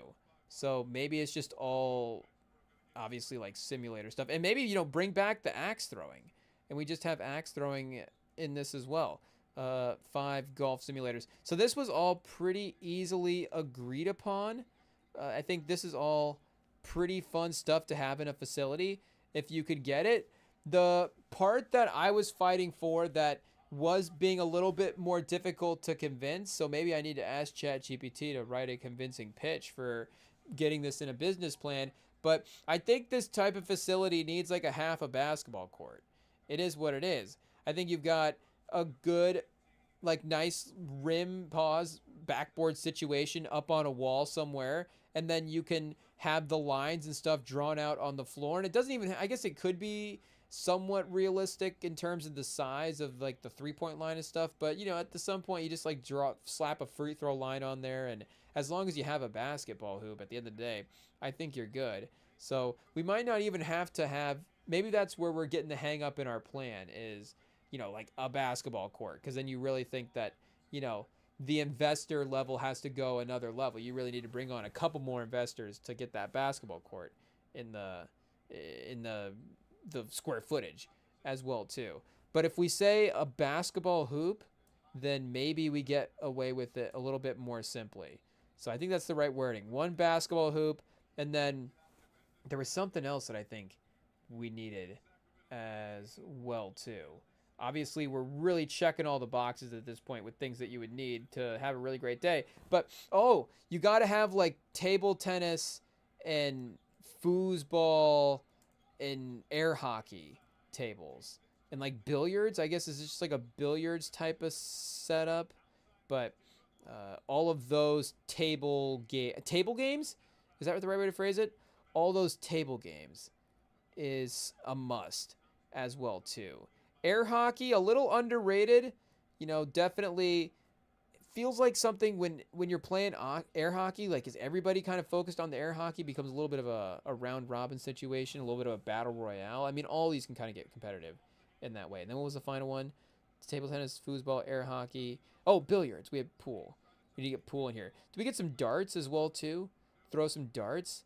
And then obviously you're going to be here all day, so you're going to get hungry. It is what it is. You're going to need to, pick up a little lunch or something, get a little pizza. So you got to have a food station as well too. A food cart. We need a taco stand in this restaurant, a taco truck. Maybe not a truck, but a taco cart, a taco stand in this facility as well too. I think would be great. I guess if you could get maybe like a smash taco. Pause. Whoa. The 2025 smash tacos were kind of a big thing there for a second, kind of a burger taco combo. So you could get, the burger craving satisfied that way. I think we might have honestly cracked the code with the taco stand is the final key here. We only get so many shots at this image, so we really have to be perfect in what our final vision is. And this is really checking, again, a lot of the boxes. It is what it is. And I guess we could always, re-add to our business plan, and any suggestions as well too could be worked into the next version 0.2 of this facility. And we did have a name for it. Since it is going to be mostly based around the F1 simulators, I think we're going to call it Dine and Dash, because you're going to be able to eat tacos and drive F1 simulators. So that would really be able to, get both the Dine and Dash part of that name checked, which would be really convenient if that's what we're naming it. So I don't know. We need to work the name in there. Open warehouse facility, all the stuff included, taco stand, and named Dine and Dash. See, Dine and Dash though sounds a little cornier than like a sleek F1 sports bar. It does sound like a little bit more like a, like a local dive bar situation, but for now, again, I think it's a fine starting point. So we got, okay, we're going, chat. Hey, yo, it is what it is. Screw it. This is fine. So our 10 F1 simulators, we got VR headsets, golf simulators, a basketball hoop, all kinds of fun games, a taco stand. So if you want to invest in Dine and Dash, stay tuned. This is going to be the first Rem and Sam business venture of 2026 as we become businessmen, chat. We're in our corporate era. Rich Paul, Rem and Sam Clutch Sports Business Agency. That's what it's called. We're not actually a sports agency, but we're calling our business agency Clutch Sports Business Agency in honor of Clutch Sports. Clutch Sports Business Agency LLC. Hopefully it's not taken. Oh, chat, look at that. Dine and Dash, the Taco Shack. Okay. It's a little bit, we need some more open lighting. I guess one other thing to add, we need a garage door with an outdoor patio, but now we're really oh, chat, the F1 simulators are gonna need a step up as well too. Are these the F1 simulators? I guess, do we need branded F1 simulators? And I guess these are the VR stations as well. So this is definitely version 1.0. We've got no organization for the ping pong foosball table setup. The kids have been sliding them around all over the place. The basketball hoop, of course, it's the one thing that's being used because it's fun. I don't know about having the dartboard right underneath the basketball hoop. It seems like that could kind of start to maybe cross over in a bad way. Definitely the free throws would be a little bit more high pressure. That's for sure. And then, yeah, Taco Shack. I don't know if Shack is what we want in the title. But we're definitely going to upgrade the F1 simulators. We may have to do some research on some specific brandings. ChatGPT is being a little bit of making us be a little bit specific. It is what it is. But here's the start, chat. I guess the start of our first business adventure. We'll see how many businesses we're able to launch in 2026. Because I don't think this is quite ready for... This is not quite ready to hit the streets quite yet. But it's getting there. It's really close. It's got all the pieces. It's just not quite styled right. So we'll definitely return with a proper version of Dine and Dash. But for now, this is, like I was saying, the first venture in Rem and Sam Corporate.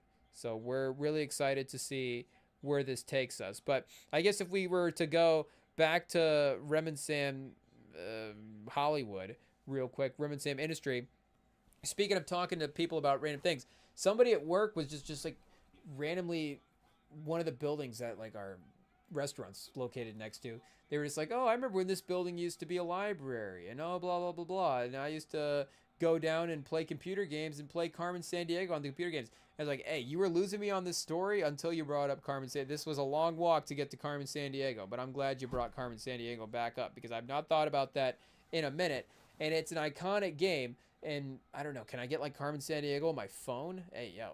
And start playing a phone game version or something? I don't know. We might have to get the computer game back out as well, too. I'm sure we could find a computer to play it on. But I was thinking about how in the day, the 2026 now, in the days of IP and everything just being turned into movies and TV, how has Carmen Sandiego not been made into a movie? What are we doing? I did see that we had a Netflix show at some point. So again, maybe this just shows you my own fandom for Carmen Sandiego, that we didn't know about the animated Netflix show. But this seems like perfect IP for modern day television. So this is our next, I guess, television. We're movie, I guess I say we're movie people. Sam's a TV guy and I'm a movie guy. So we definitely, maybe we're able to cover both sides of the entertainment spectrum there.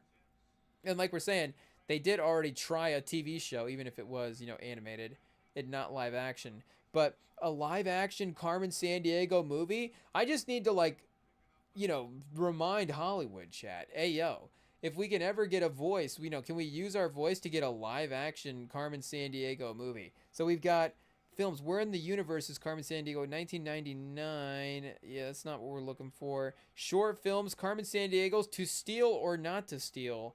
Where in the world is Carmen Sandiego? Television series, 91 to 95. We've got Where in Time is Carmen Sandiego, 96 to 97. Where on Earth is Carmen Sandiego, 94 to 99. And then Carmen Sandiego, 1999 to 2021 is, or what did I say, 1999? 2019 to 2021 is the newer animated show that they were doing. But I was like, oh man, this is something that I have not thought about. And this was really, really great. Iconic stuff. I mean, even just reading the page here, chat. I mean, come on. What do we got? The franchise centers around the fictional thieving villain of the same name. So we got Carmen Sandiego, who is the ringleader of the criminal organization Vile. I mean, geez. It does have a little you know, you could obviously animate the movie, and maybe just it being animated is good, because for some reason Vile's got a little bit of a Despicable Me type of vibe to it. Like Carmen Sandiego could definitely be a Despicable Me villain. So maybe that's the crossover. Actually, we're getting ahead of ourselves. Pause. You know, again, I hate to just roll, you know, just spoon feed Hollywood money like this. It is what it is. But you know, if, Carmen Sandiego 3 movies, the trilogy, the Carmen, where in, so you got where in the world, I don't know if you have to scale it every time. Where in the world, where in the solar system, where in the universe, something like that. Where in the world, where in the moon, where in the solar system universe. But Carmen Sandiego 4, Despicable Me, where in the world is the Despicable Carmen Sandiego, something like that. And then it's Despicable Me 7 and Carmen Sandiego crossover is like the event we've all been waiting for. That's the Marvel cinematic style building, universe building, and you know, that's the expertise we bring to the table. Is that type of MCU universe crafting and being able to, you know, get fans excited for these huge crossover events. Carmen Sandiego and Despicable Me would be all-time stuff. The Minions chat, Carmen Sandiego versus the Minions, but Vile, I mean, Minions working for Vile is great stuff. The franchise primarily focuses on teaching children, blah, blah, blah, blah, blah, blah. Teaching, what did we learn from that? We learned it was a great time, that's for sure. The franchise is known for its abilities to teach facts. Hey, yo, can we get like a plot? What happened? Where are the characters? Entries in the franchise? Carmen Sandiego characters? Carmen Sandiego video game series. Who is playing who in this book? Or in this book? Hey, yo, are we writing a book? Maybe we just need anything. Book series and comic series. A Carmen Sandiego comic series, that does seem necessary as well, too. I can't believe we haven't dove into that. That honestly, why are we more interested in this Carmen Sandiego comics than Marvel comics? I don't know. But just because it's a more fun read, that's the only reason, chat. I can imagine. Miscellaneous, where's a list of characters? Carmen Sandiego Days? What's going on here? Carmen Sandiego Day? Where's this at? This is in provided by Broderbrund. It's not even giving us a city. January 8th? The 30th Carmen Sandiego Day took place on January 8th, 2018. Oh, so in 2 days, it's Carmen Sandiego Day? Oh, no way. Hey, what a perfect time to be reliving the great memories of Carmen Sandiego. So shout out, we've got, I guess, in 2 years, the 40th Carmen Sandiego Day. We don't even know where or why or who installed that, but I mean, we'll start, you know, screaming about it and letting people know it's out there. January 8th every year is Carmen Sandiego Day. So I guess we're going to have to look up characters and see what we got here. Carmen Sandiego characters? Because I'm not really remembering who else was in the game besides the main person. There is, again, the TV show cast that we will have to sort through as well. So I'm assuming that those would be the same name. Did they create original characters for the TV show 2019? Oh, chat, what is this? I didn't expect that question on this website. Hey, yo, what's going on here? Okay, characters, 2019 game. What's going on? We've got Vera Cruz. Okay. Shadow Sun, Mimi Bomb. Oh, lots of people to Acme Detectives, Agent Zari, Alien Alchemist. Okay, I guess this is where the chat GPT. Shout out to Dine and Dash. Hey, yo, if you missed the last segment, tune in and see what we were doing there. Cooking up Diamond Dash. Can we see list of Carmen Sandiego characters, main characters maybe, but I guess it's not gonna do too much work. It is what it is. Oh, we should probably again ask actually correctly what we're looking for here and descriptions, because we do want to remember what is going on with these people as well too. So let's see what we got. Of course, the main character, I'm sure, is the easiest one to recall.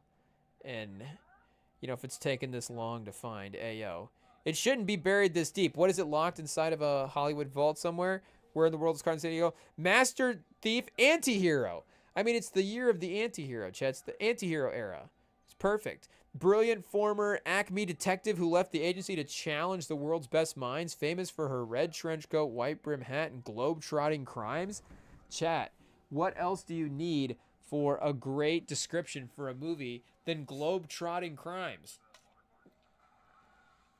There's we could do a keywords draft, a phrases draft to get number one phrases to get you hyped for a movie. Globe-trotting crimes is a first-round pick.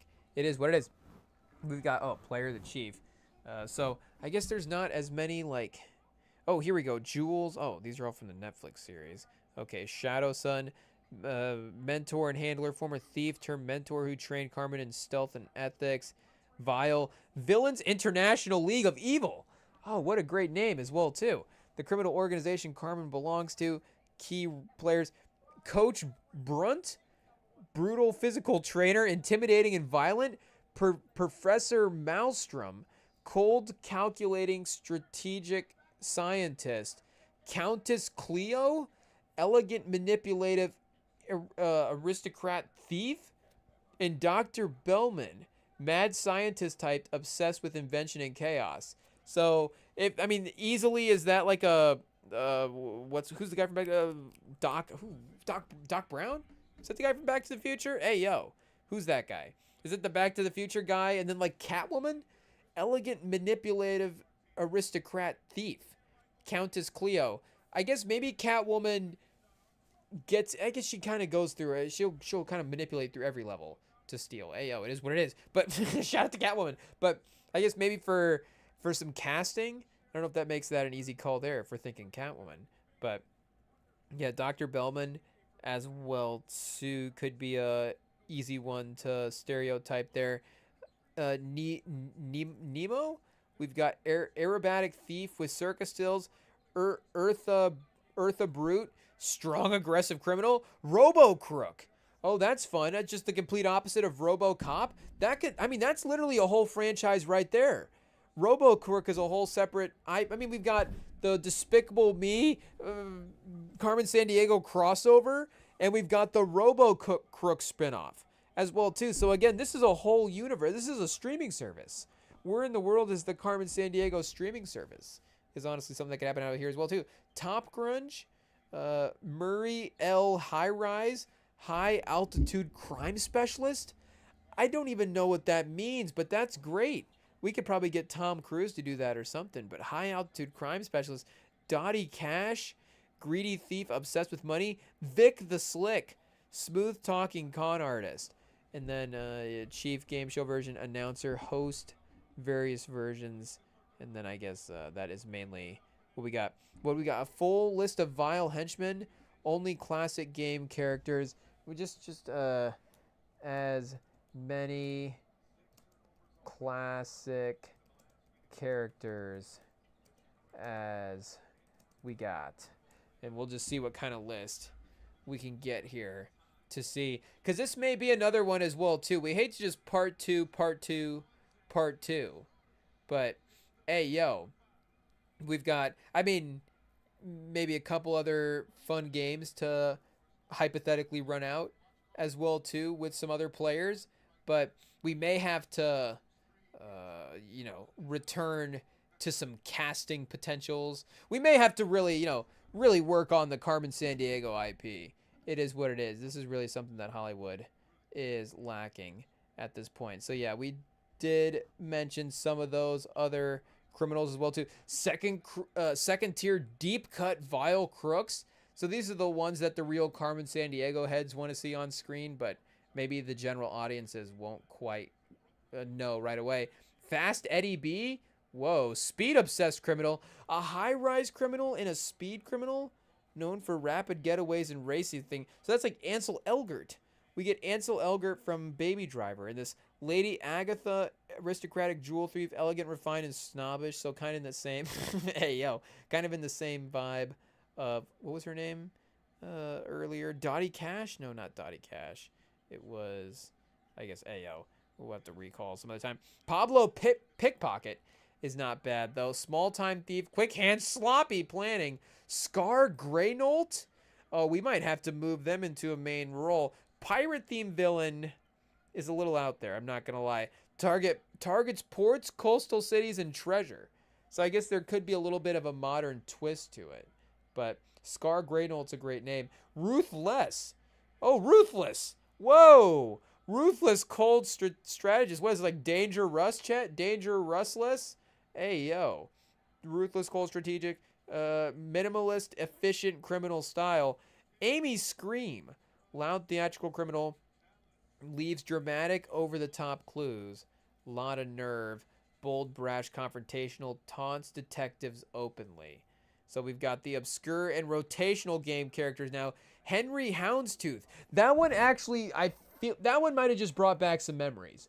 I don't know why that one would have stood out of all of them, but Henry Houndstooth, we might have just had like an ego and Ratatouille moment, being like, whoa, what just happened there? But fashion-conscious thief. Fief La Fume. Oh, Chet, the deep, I was going to say the deeper you go, the better. Whoa! Hey, yo, we might have to end the live stream right there. But these names are getting better the farther down the list you go, honestly. Henry Houndstooth, Fifi LaFume, and Scar Greynold. I'm telling you right now. So this is what I mean. We need the characters. We need to figure out what characters we're building around. Fifi LaFume has been buried in underutilized Carmen Sandiego character this whole time. But for now, it's gonna get their fair share. Juan Direction? That one seems sketchy, chat. I don't know what's going on there. This might have to go with the times of the game. It's making me reconsider what's going on with all of these rotational names, all these obscure names as well, too. Juan Direction is crazy. Hey, yo. Frequently gets lost? Oh, no. Oh, chat. Hey, yo. Poltergeist? Terror-themed villain? I guess just terror-themed villain. Poltergeist, like poltergeist, so like horror themes. Okay. I was saying, oh, terrorist seems a little 80s as well too. There, you get One Direction and a terrorist back to back, but Poltergeist, I guess more in the Poltergeist theme. So that could be interesting. Empty Pockets, kleptomaniac specialist. Sam Shovel, old school burglar. So he doesn't really do anything besides old school burglarize. What does that even mean, chat? I mean, I understand like, you know, a guy being like, you know, I'm from the old days, you see. And then he, you know, has like an old school get up, like burglar outfit, like the Hamburglar or something. But I don't really know old school burglar. Hey, yo. So yeah, it is what I'm picturing. It is like the Hamburglar. Okay, shout out. 14 vintage security systems. Probably not what we're looking for there. So easy to picture. I guess he breaks into houses and stuff. I don't know. Maybe a little vague on his crimes. But Liz Whirlwind, fast, chaotic crook. Al fresco, outdoor loving criminal. So it really does just describe them by their MOs. More so than like what they target and things like that. Gale Force, weather-related crimes. This is like a Batman villain now. We're not even in real villains. Gale Force, weather-related crimes. This might be another sketchy one, honestly. Hey, yo, what does weather-related crimes mean? That's crazy. Lou Minus, small but sneaky thief. Rocky Roads, mountain region specialist. And then Automatic? Oh, chat. Steal that for your 2K player. Automatic. That's iconic right there. So Automatic is immediately in the movie as well, too. Fifi LaFume, Harry Houndstooth, and Automatic. It's like the Guardians of the Galaxy of the Carmen Sandiego universe. People are going to be like, who are these guys? You know, I can't believe they're building the movie around Houndstooth and LaFume. But nope, Automatic's going in right into a star role. Shout out. That's an iconic name. Also, the Chief. Made sure to make it very obvious to know us about the Chief. So we got to figure out a way to get the Chief involved, I guess. Lynn Tigpin, Chief portrayal, iconic definitive version for many fans. Oh, shout out to Lynn. Not necessarily remembering that name either, but it is what it is. If you want, I can compile every known vile name. Okay, I think we're getting quite the list. Honestly, again, we've got obviously a few. I mean, I'm sure we could have cameos from all these guys. You know, Poltergeist making a quick couple scenes. Ruthless as well, too. I forgot about Ruthless. Pablo Pickpocket. You know, again, it just is more for the ring of the name. Nick Brunch. Food obsessed crook. There we go. Crimes involve restaurants, imports, or cultural cuisine. So I kind of like Nick Brunch in this situation as well too. And Robo Crook, if we're gonna get the spin-off going, we are going to need, of course, to develop the familiarity with the character at some point. So definitely keep Robo Crook in mind. But I mean, look at this, chat. This is just ripe for the picking with great stories and great characters and great things to talk about. So we might need to do a little more research on Carmen Sandiego and bring back. We haven't pitched a Tubi original in a while. It is what it is. So, we got to make some money moves here in 2026. Stay tuned. We're going to be pitching Tubi originals. We're going to be cooking up businesses. We're going to be running classic pickup simulation games. We're just going to be having all kinds of fun here on the Rem and Sam live stream. So, of course, you can lock in on the YouTube and follow along.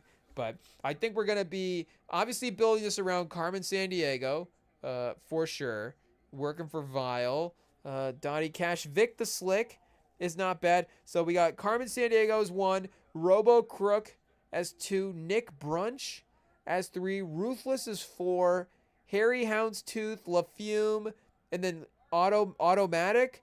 So 7, do we have 7 main characters? Or do we have to narrow it down after that as well, too? Like at the end of the movie, it's really just, LaFume and Carmen Sandiego. Though maybe, is it going to be like a little Harry Houndstooth versus Automatic for the affection of Carmen Sandiego at some point? Nick Brunch? I don't know about Nick Brunch, but I could see Houndstooth and Sandiego. Houndstooth might be the love interest in this situation. I'm not sure. Al Fresco is interesting. Rocky Roads is, it's a good name, but I don't know. It's just a phrase as well, too. Though literally is Automatic, but if his name was AUTO, would be different than OT. Can we use that for like a fantasy name? That's pretty funny, honestly. Keep that in mind if we ever need that. Lot of Nerve, that's just, I guess, more of a pun or just more of a phrase as well too than it is like an actual name. But there we go. We got some characters. We got some IP. We've got a good starting point to cook up a good Tubi original. So stay tuned. Maybe next time. Maybe next week, maybe same bat time, same bat channel. I guess we'll have to take a look at the schedule and see what we got going on. But yeah, the next live stream, of course, will be here Friday night. You can follow along with us there. And you can follow along on the podcast feeds as well, too. We're on all the major podcast platforms. And like I was saying, you can send us a little message. Rem and Sam on Instagram if you want to DM us there. DM us your additions and subtractions. I don't know. But your additions, your ideas, your names, whatever you can do to make Dine and Dash a better, more successful place. We need the help. We need the help. We need the advice, and it would be well received. So shout out. Should we mention I'm seeing the John Harbaugh news keep scrolling through ESPN as well too. So should we shout out all of the coaches that have gotten fired here? Let's take a look at a coaching tracker real quick. I think it is pretty self-explanatory if you look at some of the records. But Harbaugh, like some of those names, you know who's going to be right back in the mix and who's not. Stefanski connected to the Falcons job. It literally, this year as well too, maybe feels a little bit more roulette-ish than some of the other years. Because, like Dayball, it was like, okay, we know that Dayball is probably a good coach, but just seems like his time's up on the Giants. I mean, again, Harbaugh, John, probably still a good coach, just the Ravens run not working out. And then who do we just say? Oh, Stefanski. I mean, Stefanski, again, is Stefanski a bad coach? Or are the Browns just the Browns? Hey, yo. But Gannon as well, too. Unfortunately, they weren't able to close out some games this year. Again, he was down to his backup. I don't know if they drafted, like, the greatest. Walter Nolan, in and out with injuries over a bit this year.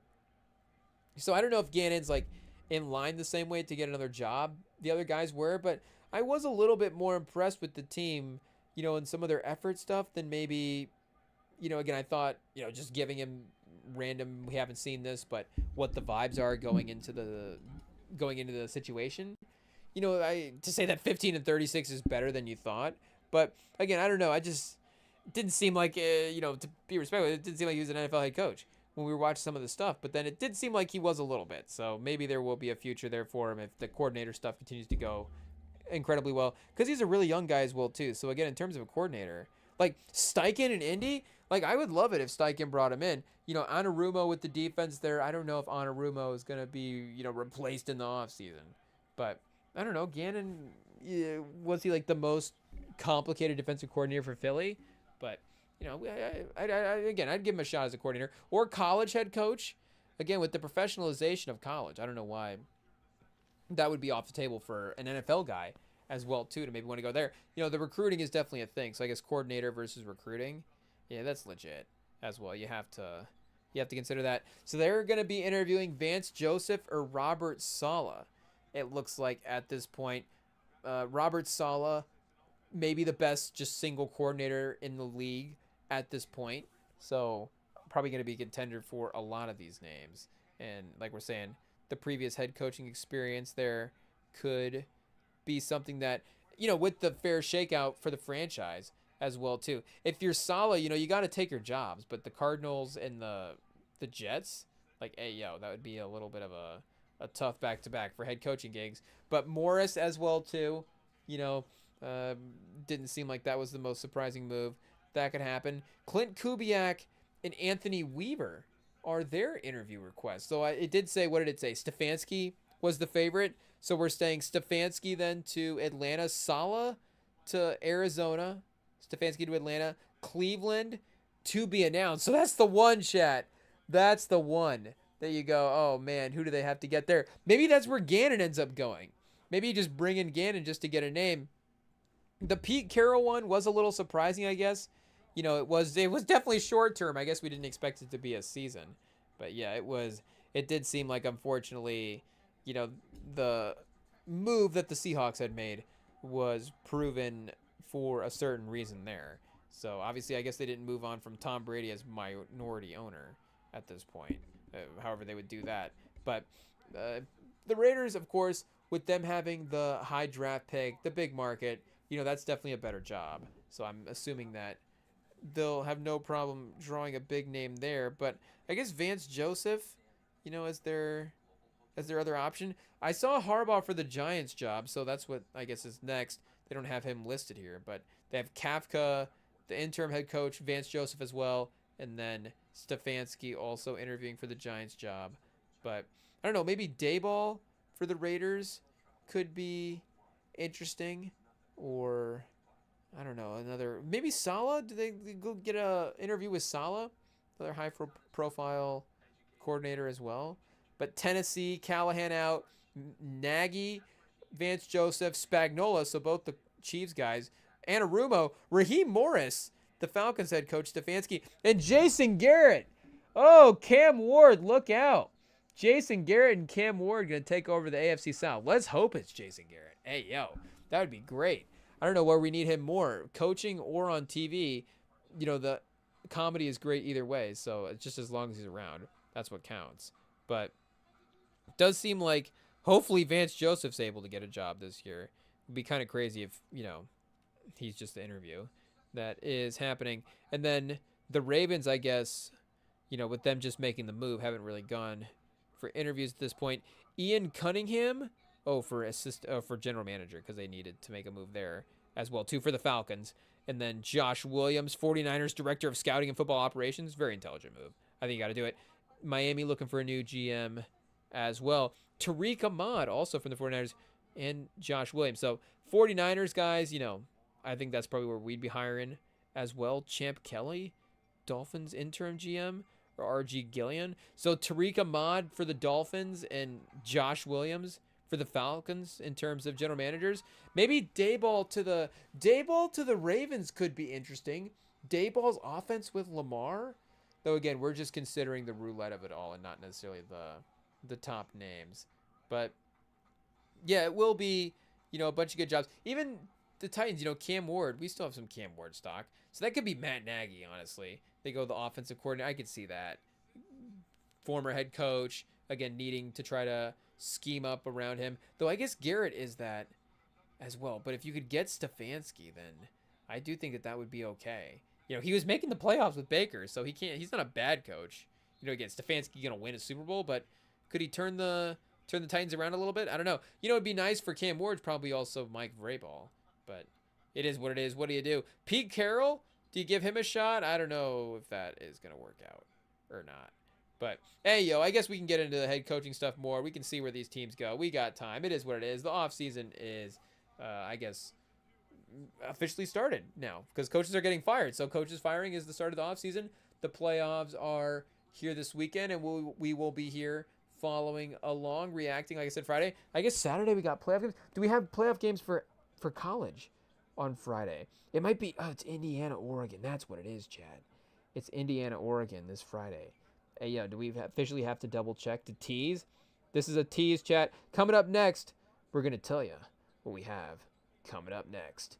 Let's see what we've got going on for the Friday night schedule. It is, not for the past games. For these upcoming games, it shouldn't be this difficult. Miami is the 8th, and Oregon, Indiana is the 9th. So, yeah, the 8th is, what do we say the 8th is? Carmen San Diego Day? Hey, yo, Miami and Ole Miss playing on Carmen San Diego Day. Where in the world is Lane Kiffin? Oh, chat, the jokes write themselves. It is what it is. Mic drop, Lane Kiffin. We got him, chat. We'll see you later. Peace.